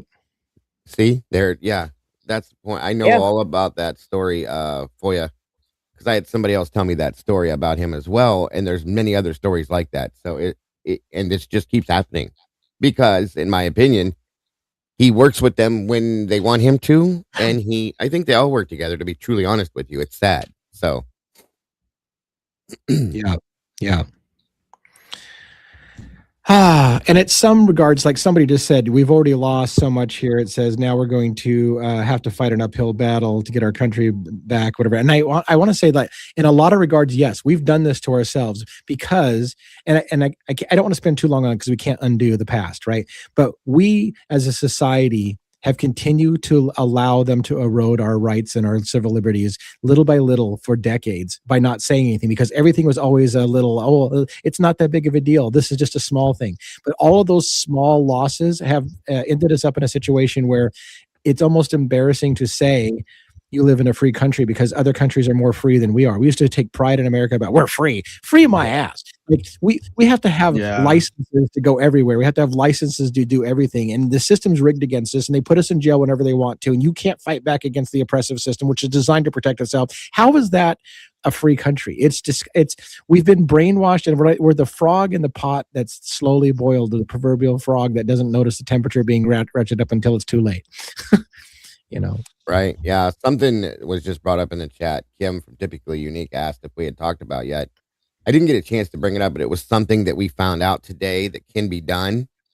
If and when, I'm going to say when, I hope, Brian files an appeal on this, there's something that we can all do, okay, as anybody can do, and it's called an amicus letter, or there's another word for it, but where we can write, anybody said right in the definition that anybody of interest that's interested in this can write into, I have to figure out where, and give information as to why we believe what we believe, why this should happen, what should happen, so on and so forth. And we could all write 2 letters a day to them, send it to them, and point out these things, and maybe that will make somebody open their eyes and see why we believe that Brian Koberger wasn't the one that did this or didn't do this alone or whatever it was when it comes down to that point for the appeal. But it's something that is able to be done in support of his appeal to help that, to at least maybe get this brought back to the table to go back to trial like it should have in the first place. Yeah. Well, I mean, that's what it's called. Yeah. And right now we're doing what we can do, which is constantly keeping this in the forefront of discussion and making people ask questions. And we are having more people ask questions, which is good. So I want to really quick thank Jerry for the Cash App. I received it, and Bronx and I will go out for a good treat. Thank you very much. Appreciate you. Awesome. That's cool. Yeah, it's an uphill battle, but I feel like our mission here is to keep light on the thing. I mean, we use these high profile cases to educate people on the system. I don't know that we can fix the system, but if everybody becomes more aware of the system, then maybe next time somebody's passing a law, people will be like, hey, wait a minute, we know where that's going. Exactly. Maybe it'll start to eventually creep in and we can start changing some things. But if anybody, by the way, speaking of laws, has any of you guys I'm sorry, seen any updates on that whatever that law was that Olivia Stevenson is trying to support to get passed? Has anybody seen anything new with that at all? The one where it says that people shouldn't be allowed to see crime scene photos or see bodies. Yeah, I haven't seen any update on it. Okay, I was just curious. She didn't, and I don't think she got. I thought she was going to get a ton of press for it. I don't think she got a ton of press for it. So I suspect I think the law was passed or agreed upon or whatever very, very readily, but it didn't seem to get a lot of press. So it's one of those. It almost feels like it's one of those quiet things that happened. And someday we're going to find out. Hey, why the fuck can't we get this? Oh, well, you don't remember? Olivia. Well, was it actually passed? That's what my question was, or was it just still being? I think it was unanimously supported, so maybe it hasn't reached the ballot yet. Like it hasn't been put on the ballot, I don't think, but I think they agreed that they're going to put it on the ballot or something to that effect. So I think it's still maybe early, but yeah, okay, gotcha. Something just flipped that switch to remind me of that, so that's why I was asking. Thank you, guys. And it's going to be hard to convince the public that while the intent sounds good, oh yeah, I get it, families don't want to have their loved ones' bodies shown on thing. You have to be able to educate people that you don't want to live in a system where our court systems aren't transparent, when you're not allowed to question authority. If you allow them to hide everything behind gag orders and hide all the photos of the crime and not show you anything and just trust us, we got the right guy, you should be terrified to live in that society, because this is the first time they decide that they want you away. No one's going to be able to see that it was done wrong because you told everybody it was okay to not look at the record. Yeah. And oddly enough, I mean, Steve Gonsalves actually said in an interview with his wife, he was actually in favor of that. So he like constantly contradicts himself. Right. He said he's fine with, someone wants to come and they need to do research and learn, but he has to also look at the big picture too, which, obviously it's his daughter, right, that's involved, so he's not going to be able to take himself out of being involved. It can't just be, lawyers and whoever that have access. There's a reason it has to. The public has to have access. I don't think anyone is arguing that we want to see, bloody bodies, put all over Instagram and YouTube and whatever. No one's advocating for that at all. It's all about research and crime scenes and all this stuff. And how do we stop things? How would we stop, a Manson or any of these people? We have to study the crime scene. We have to study behavior, study patterns. How do we study the pattern? How do we if we can't see the crime, what was done? That's we have to be able to do it. It can't just be the forensic specialists get to see it. No. And something else I was wondering about, regarding that, I mean, people that are going to school for these professions, they have to be able to study crime scene photographs. I mean, if you're going to start introducing legislation that way, I mean, who's going to monitor that kind of thing? I mean, this is where this is such a slippery slope. And yes, we can't just sit by. I mean, because if you want, I mean, there's problems now with investigating the crime scenes. People that don't know how to properly do it, and so now you're going to limit their exposure to show them blood patterns and so forth and so on. So that's people not, need to understand it's how not good dangerous it is to you know. go this route. It's Yeah. And then By the way- along with that, just like on a side note, which is also a big problem, and yeah, there's been some stuff here or there that's happened. This like never-ending gag order on like cases shouldn't have this kind of gag order. No. You know, where I mean the guy, Yeah, the main 99 years. your main suspect, Right. he pled guilty, and we still have like years go by, time goes by, and we still have stuff gagged, hidden. This is like ridiculous. I have to interrupt this program to tell you something very diplomatic, but I've got inside news again. They are continuing to make offers. They just made another offer, and it's up to Sabrina Atkins to settle. They are trying to settle this fucking thing before trial tomorrow morning. They just made a number so good. I think she's considering it. So they're going to fucking pay her off. They're going to pay her off. I may have no fucking trial to go to tomorrow because they may fucking pay her off tonight. They're up in the money as we fucking speak from insider information. You can't tell us the exact amount, but like what realm is it in, Lee? How high up is it? If you can tell us that. I want to believe a number I heard on the original request was somewhere around 1.5 million. And the initial offers that came in were pathetically less shy of that. So relatively speaking, even that number is not high for the kind of case this is. No. But Right. I feel like the numbers that are being tossed are getting more up to the number that they would lose if they go to court. But again, they don't want to go to court. So they'd rather pay, let's say that's a hypothetical number, 1.5 million. They'd rather pay 1.5 million and not go to trial than pay $1.5 million in a settlement or in a trial. Right. So they're trying to find a number probably that makes everybody happy. And it's sickening to watch from this side of it. Right. Because damn well, they're going to try to find a number that she can't refuse. It's let me make you an offer you can't refuse. So, and then when that happens again, she's going to take that. She's going to be forced to sign an NDA. Period. Yeah. In end of story. This is gone. It's bye. Right. It disappears. Right. It never happened. Never. And moving on, unless somebody else goes to court over this. But what's going to happen if she takes the payoff? Look at the outside. Look in from the outside of the other people that were involved in the situation. Now, what are they going to feel?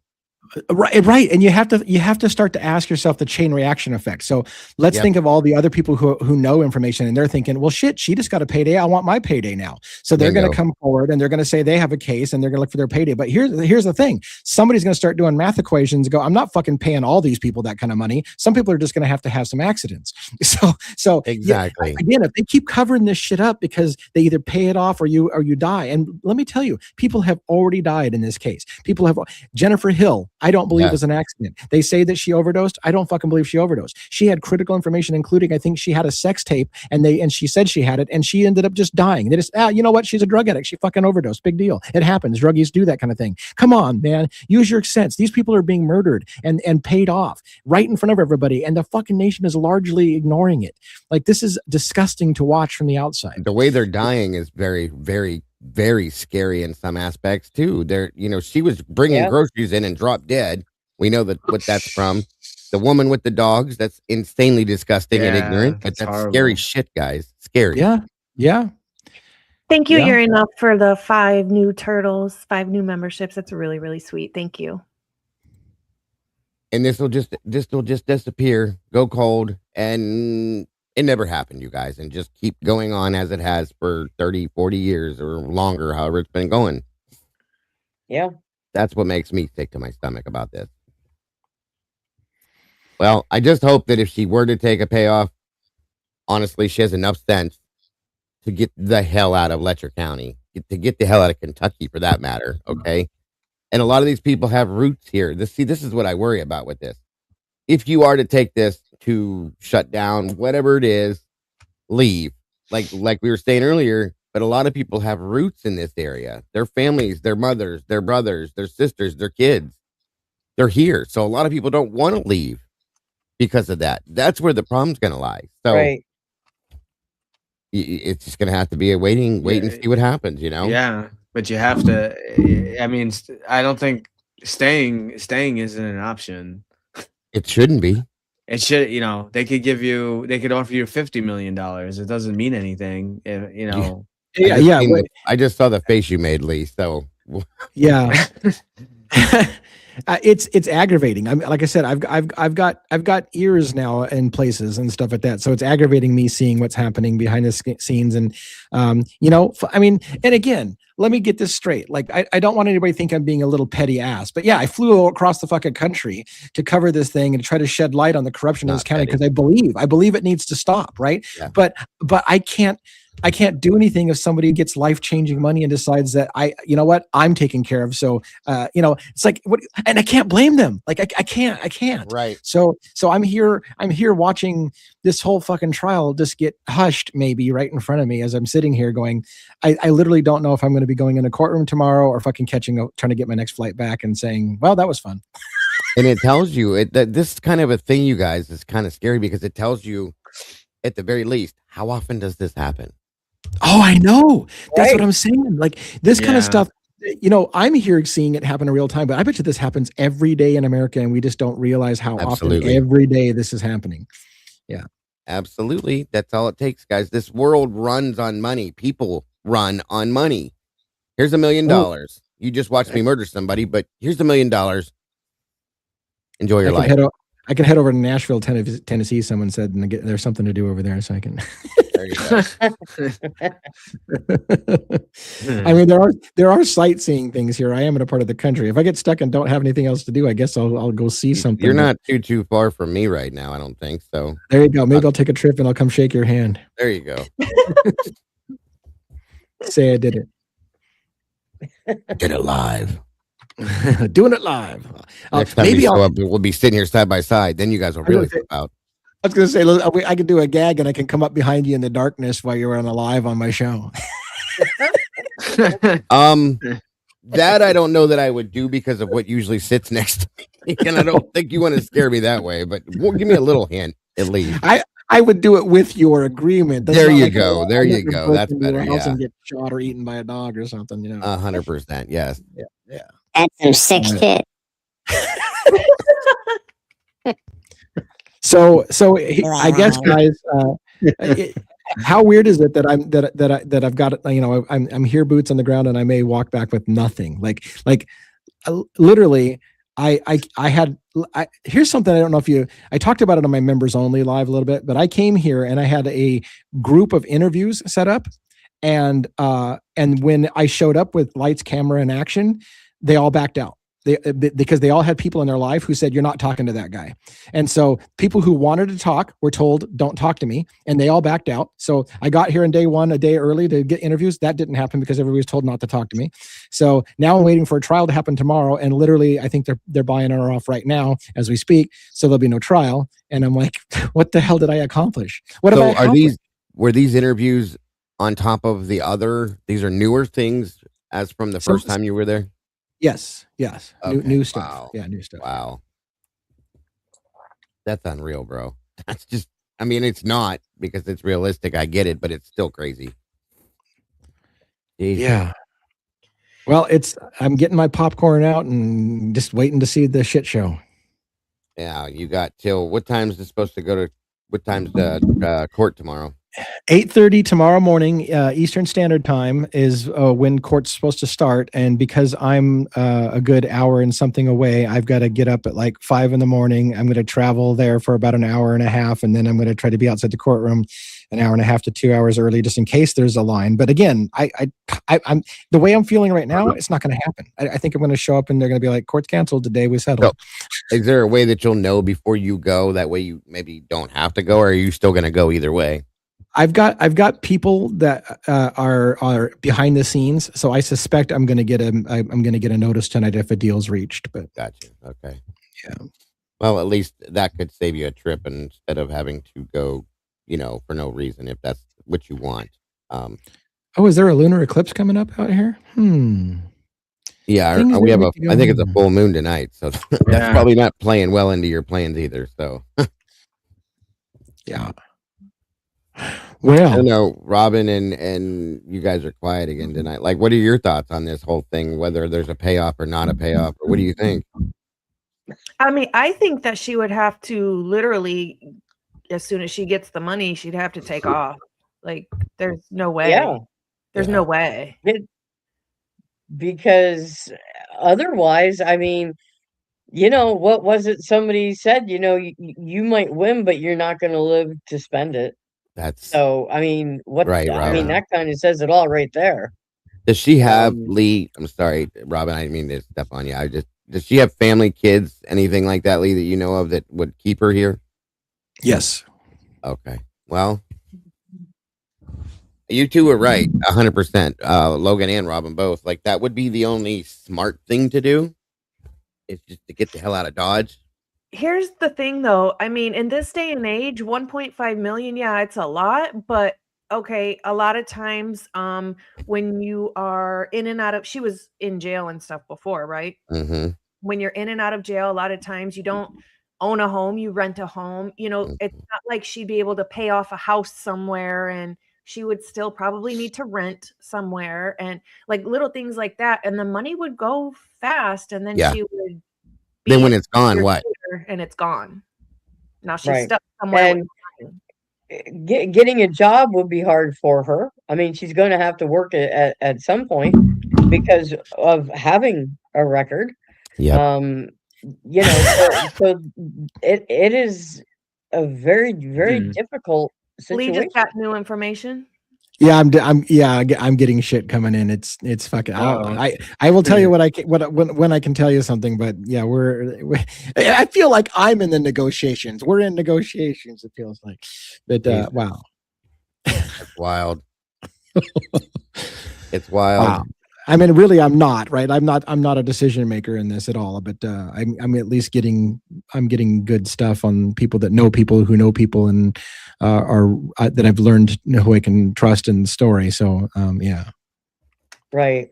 So what somebody here wants to take you out drinking. Yeah. I'm gonna need it. Yeah, I was gonna say you probably need it. Although I need to make sure I know who I'm drinking with, or I might not come back from Kentucky. That is true. That is true. Have them meet you in Tennessee. Do it that way. Tennessee whiskey.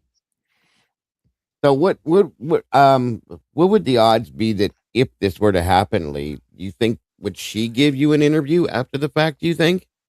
Well, again, if they buy her off, it's gonna come with a no disclosure. She's not gonna be able to talk about how much money they paid her, and she's not gonna be able to talk about the story. There's no way they're not giving her. They're gonna give her money without strings attached to say you can't talk about this now. So I don't know what she could talk about. And if I did talk to her, it'd almost be a meaningless conversation because she won't be able to talk of anything of substance. That's a good. At best, what I'll be able to get is, hey, I had to do what was good for me. Have a nice life. Yeah, exactly. Have a nice life. Yeah. Yeah. And if I were her, I don't know that I would.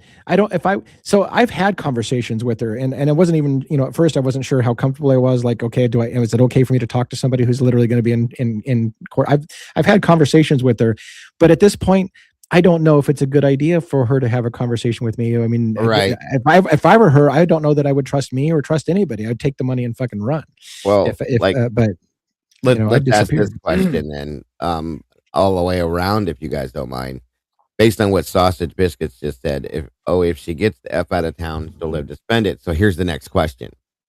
Do you guys, knowing what we know about this, do you trust that if she takes a payoff, signs an NDA, goes on about her life, even if she takes off, do you think they'll leave it alone? They'll leave her alone? Or do you think at some point, because I don't think they will, I don't think that they would trust in somebody that was already going to go to testify against this. That's just my opinion. I got a piece of inside information I want to share with you. Now I haven't vetted this, but I'm getting messages and stuff. I haven't vetted this, but somebody who's looking about what number she should take if she takes a number says that they've looked into Kentucky case law for examples, and typical sexual assaults by persons in authority usually net between $850,000 to $3.2 million.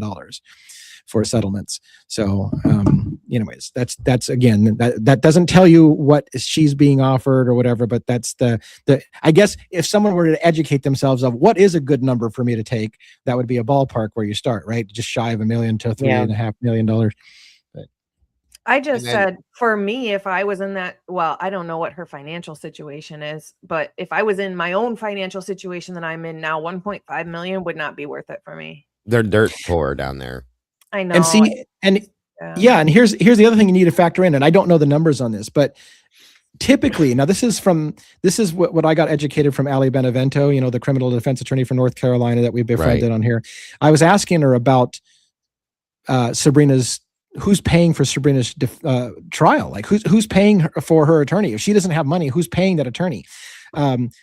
That's typically done, I think it sounds like, on a contingency basis. Like the attorney takes it, but he doesn't make money unless she wins something or she gets a settlement. But a large part of the money she gets is going to go right to that attorney, right? Like, and you have to always factor that in. It's like, okay, you get this big number, but is she, for example, going to factor in how much of that money goes away to the attorney to pay off his fees that he's going to charge her for what he's done for her, and then taxes are going to come into there, and so you think you got a big number, and you're like, oh, all of a sudden when I'm said and done, I got $50,000, and I don't get to tell my story.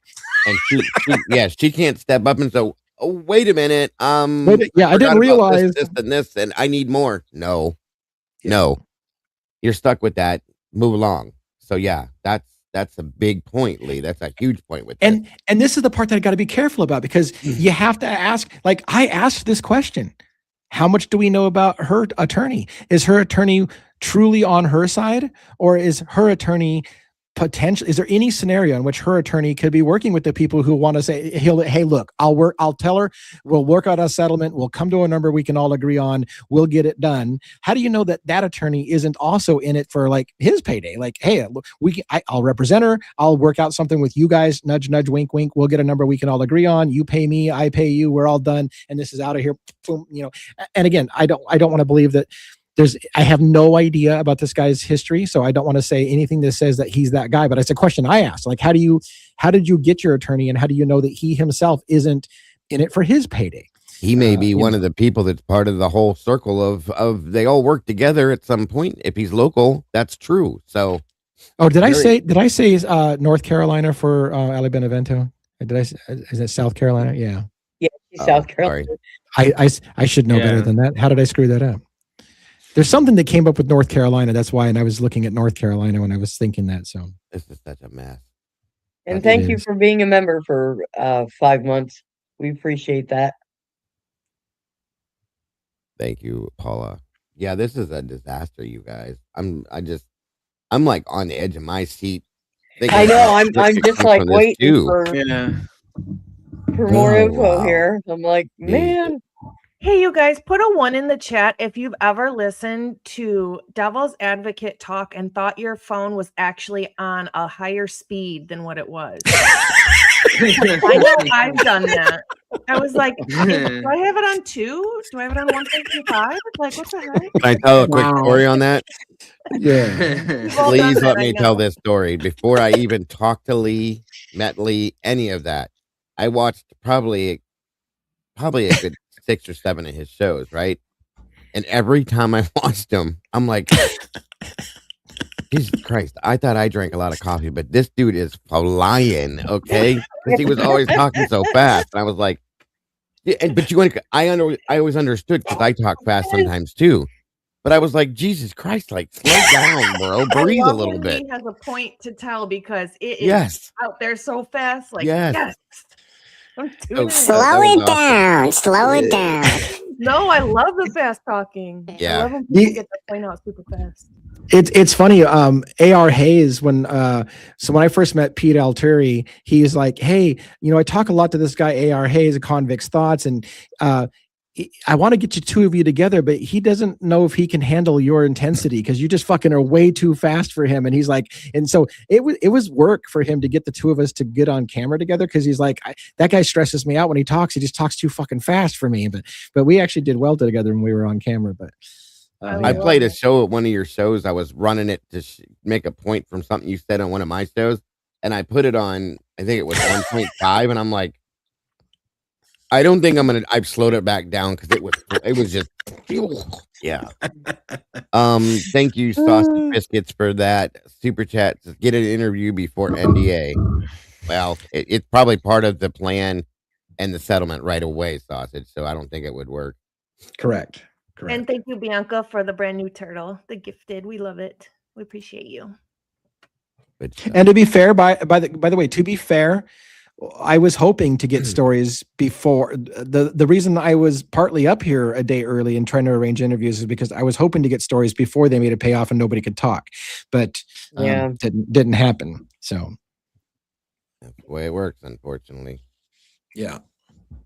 Unfortunately, that's the way the cookie crumbles. But you are getting a lot of experience at doing a lot of different things.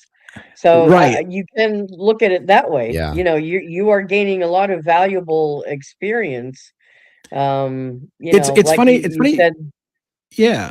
learning how to tell whether something is going to pan out, whether it's not, or I mean, just all the traveling experience you've had this year, the past year.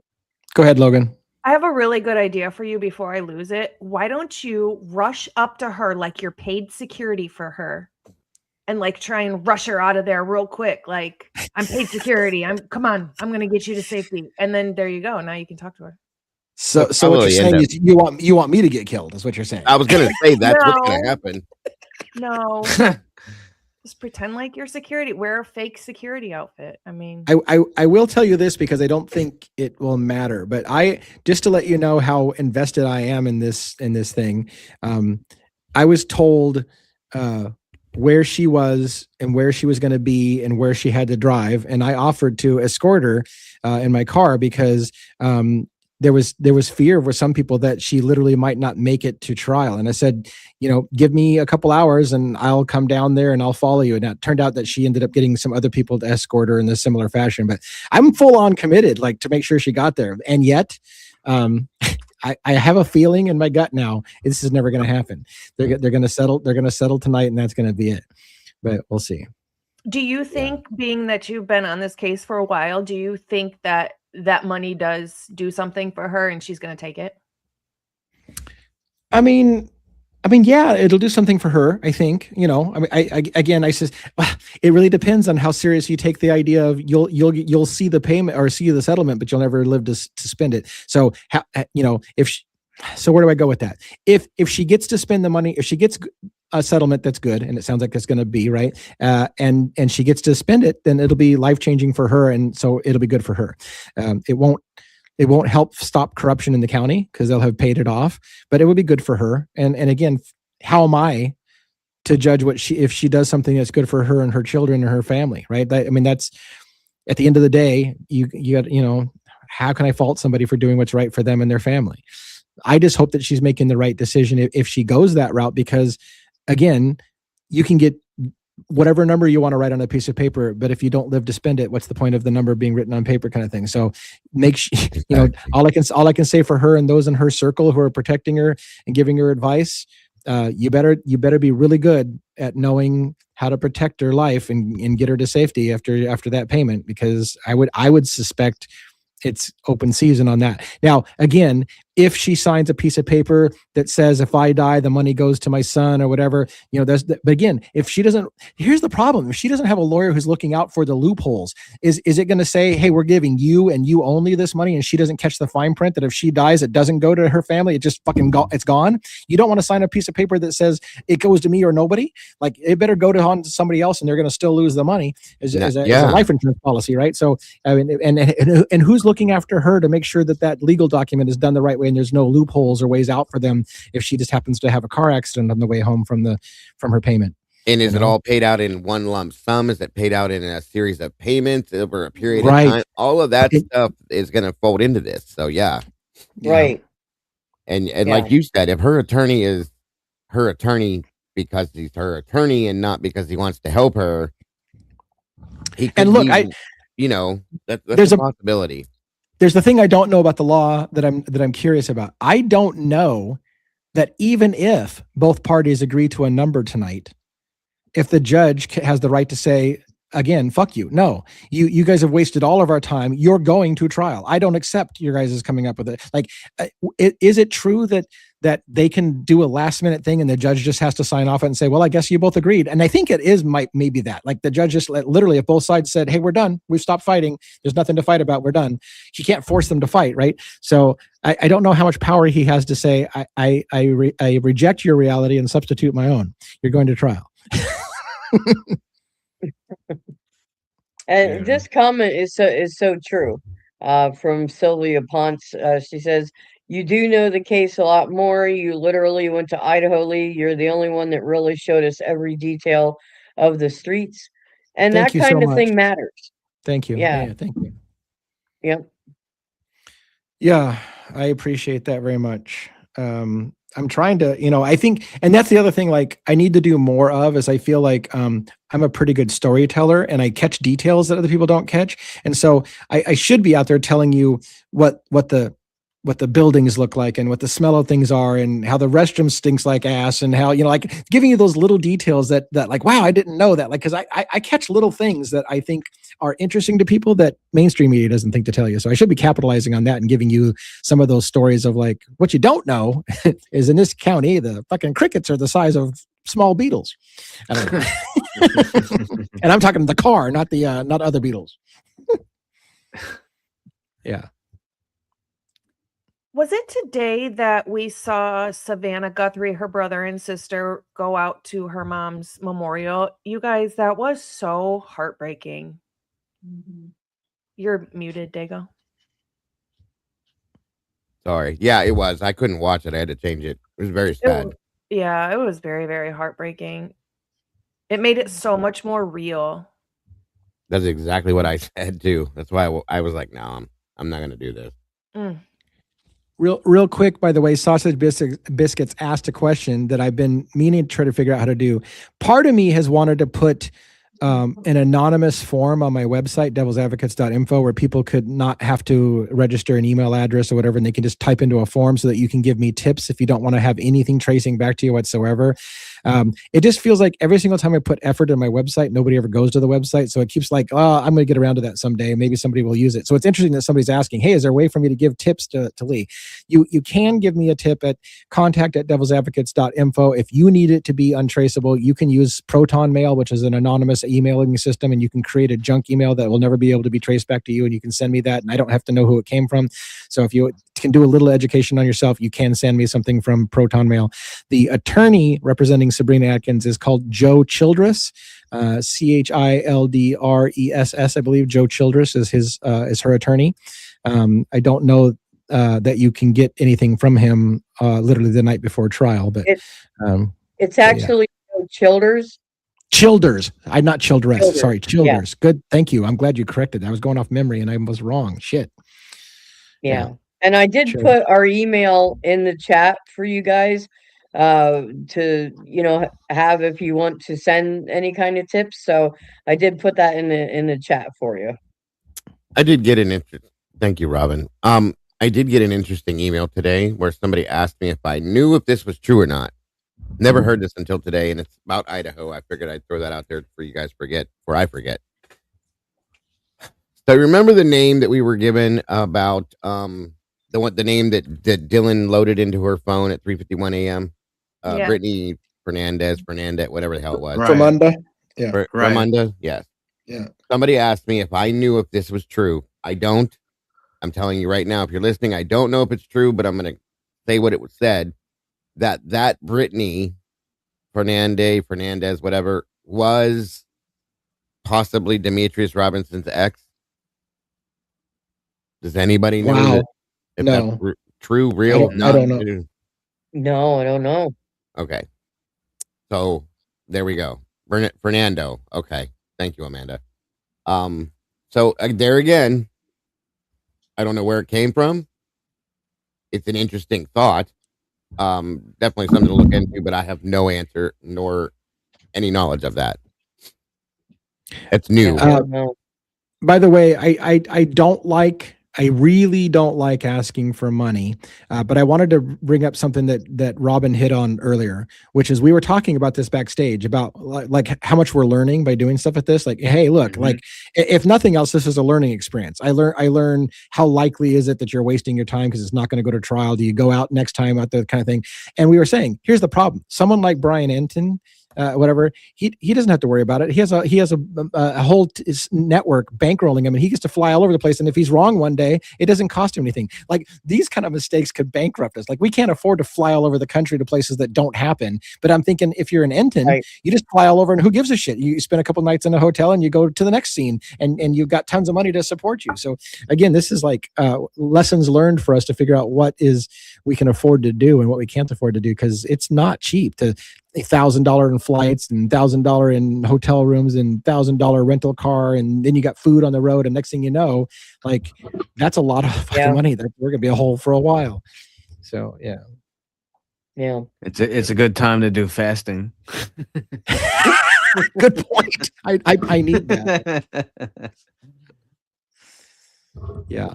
And the worst part is when you're on the road, you tend to eat shittier, right? Because all you do is you grab fast food because it's convenient, and you're like, oh, I got 10 minutes before the next break. I got to go grab McDonald's across the street. So, yeah. So nobody knows anything about that. Okay. Well, I don't know where that came from then, but whoever sent me that, thank you. I thought everybody was gung-ho about her being Carmen Fernandez's sister, and I told you all that wasn't true.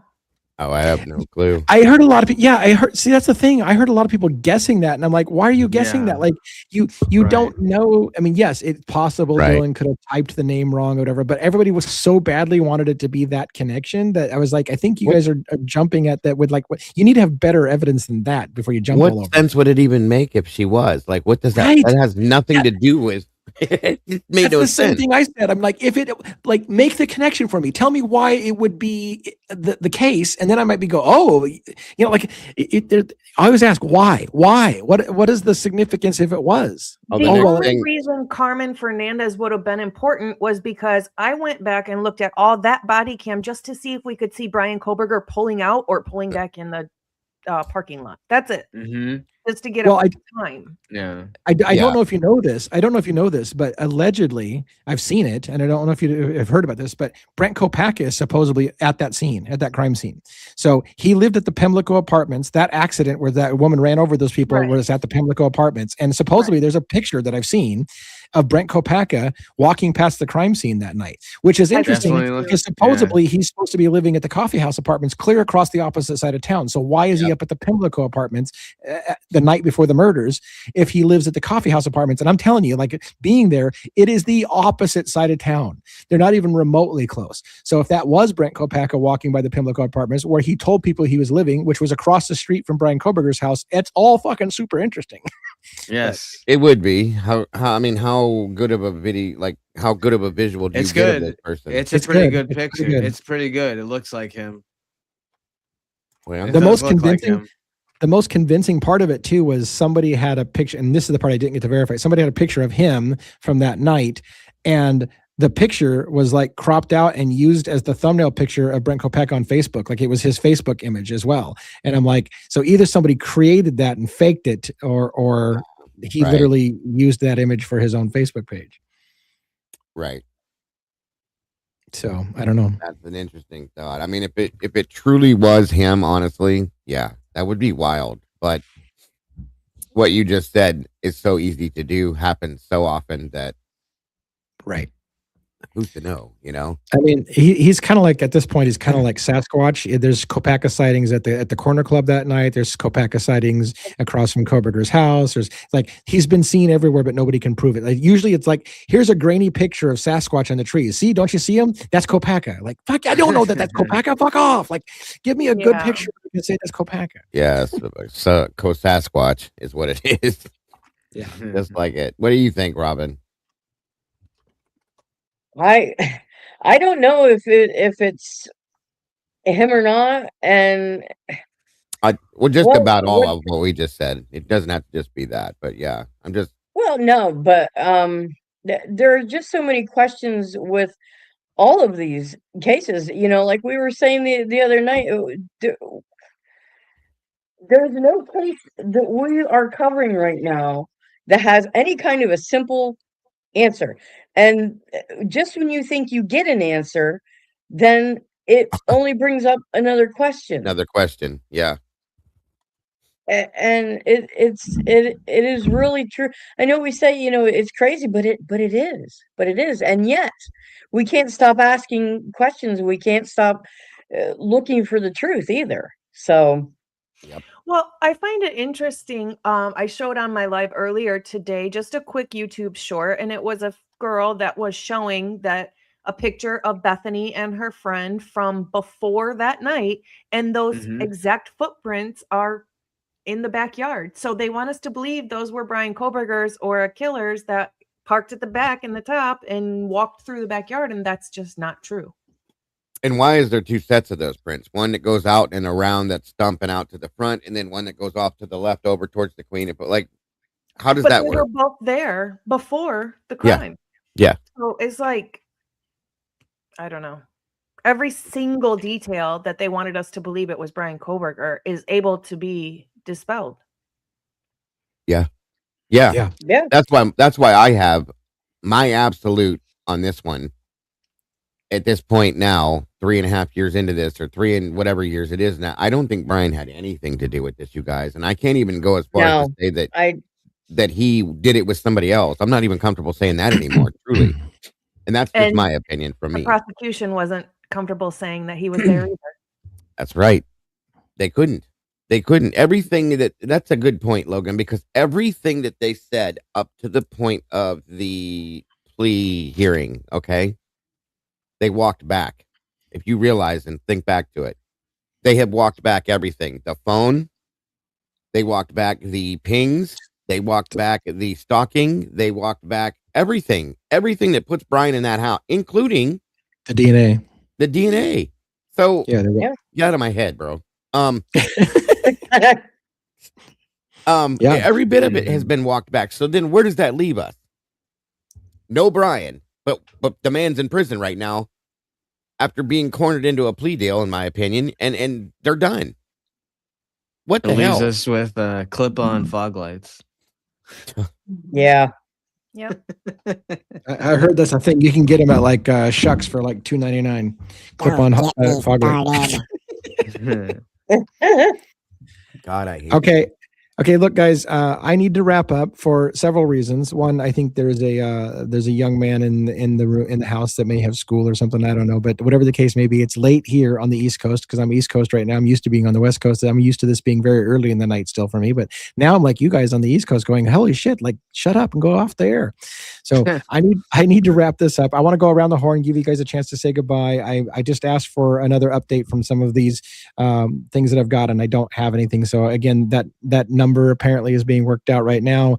I hope there's for our sake in America. I say not for our channel, but for America. I feel like we need to have attention on the corruption in that county, and this is the start of that. So for America, I hope that something comes out of that, and that it and that the corruption starts to lead to more opening up of the story. But again, how do you blame people when money talks and bullshit walks? So let's go around the horn and close it out with your parting thoughts.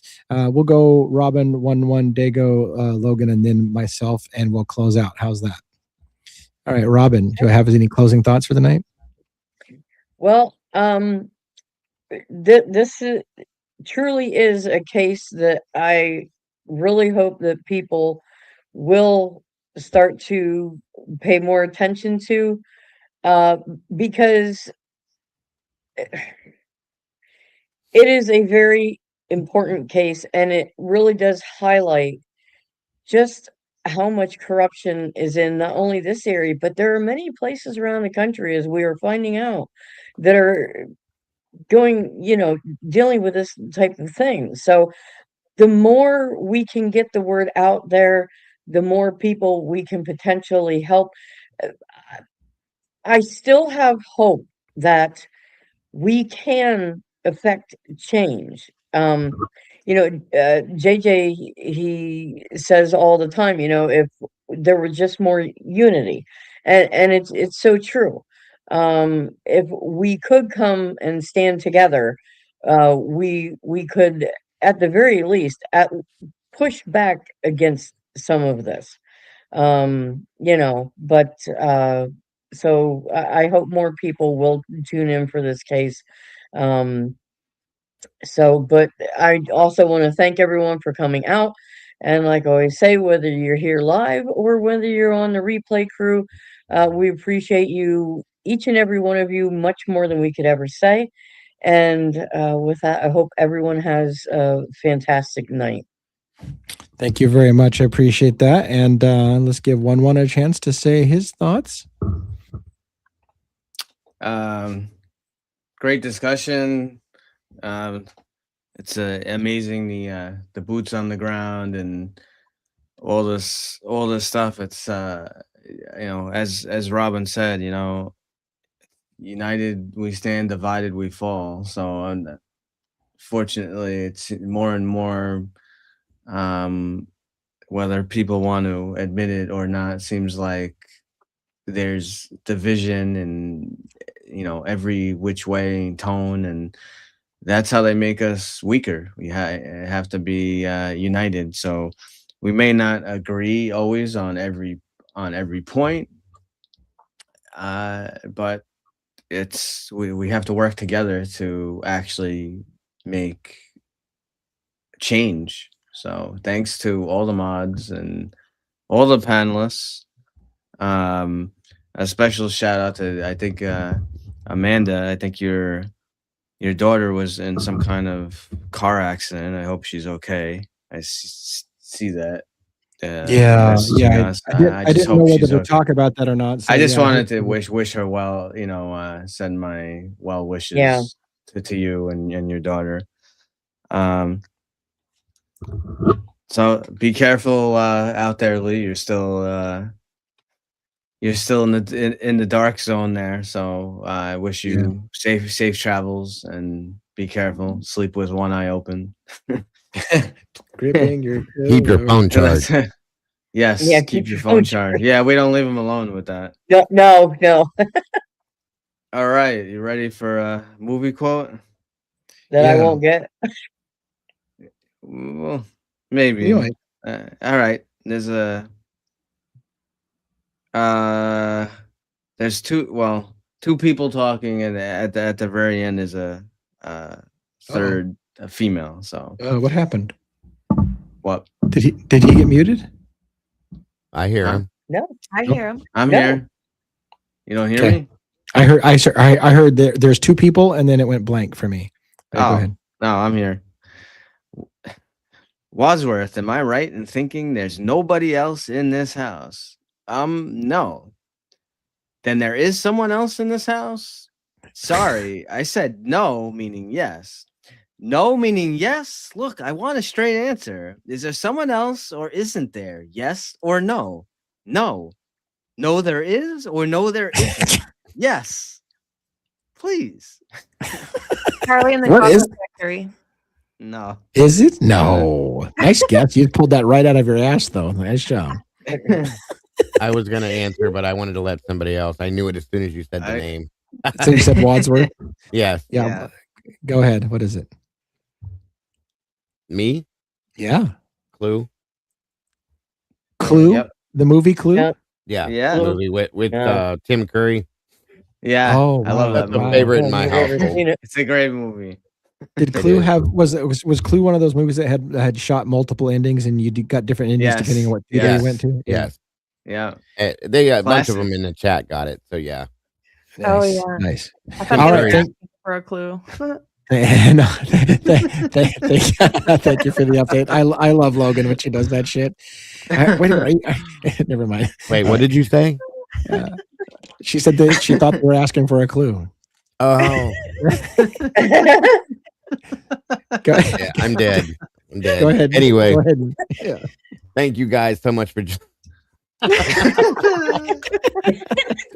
Can I get a clue? No, it's can't. Clue. Oh my God, Logan. Oh, Thank give you us guys.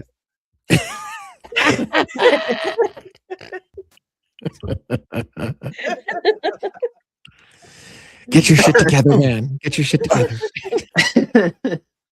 Okay, You can do it. I got this. Oh, thank you all for joining us tonight. You guys are absolutely amazing. Love to all of you, truly and honestly, from all over, all of you, every one of you. Thank you to every one of you moderators for putting up with our stupid shit and for putting up with just all of us. We love you guys so very much. We couldn't do it without you. Lee, thank you for doing this even while out on patrol, I guess you could say. Logan, it's always amazing, and thank you for being here. Robin, you do an amazing job putting it together in 1-1. Thank you for your input and your side of this too, brother. And again, congratulations, Cap. We appreciate you, and we're proud of you. All you guys are amazing that come here night after night after night. I can't get this out of my head, Logan. Damn it! Night after night after night after night. To do this with us, we love you guys so very much. We couldn't do it without any of you. That's a fact. And I always look forward to the very next time we can do it. As always, you guys are the beautiful people. Don't forget to love yourselves and love each other, and don't change a thing. Thank you all so very much. Awesome. That was great close. And Logan, what do you have to say for yourself? Do you want a clue? Can you buy a vowel? Wasn't there a Wadsworth in the original Charlie and the Chocolate Factory? Like just the character name? Or no, No, it was something weird, but it was a Worth. You're right. Wadsworth. The last part of the name was Worth, but it was something else. Yeah. Okay. Thank you, everybody, for being here. You guys truly make the show. Thank you, Bianca and the mods, and for the gifted, and Jerry for the Cash App. I appreciate all of you very, very much. Do something nice for yourself. Please do something nice for yourself. Treat yourself kindly, please. Be nice to your animals, too, though. Have a good night, everybody. Slugworth. Oh, that's what it is. Slugworth. Yep. All right. And I'm going to say... I'm going to say a very serious close for the victims of Letcher County and those who may be making decisions and informing people on making decisions tonight. Please be careful. Make a very informed decision.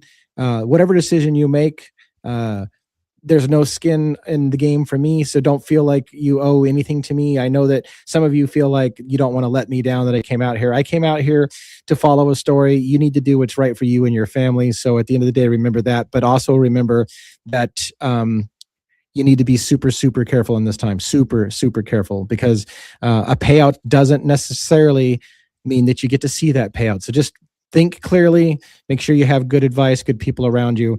For those who are able to tell their story, I'm here to listen. I'm going to be in town for a while and I'll be able to listen to stories. So I don't know what to say. I don't want to give anybody advice. That decision is on you.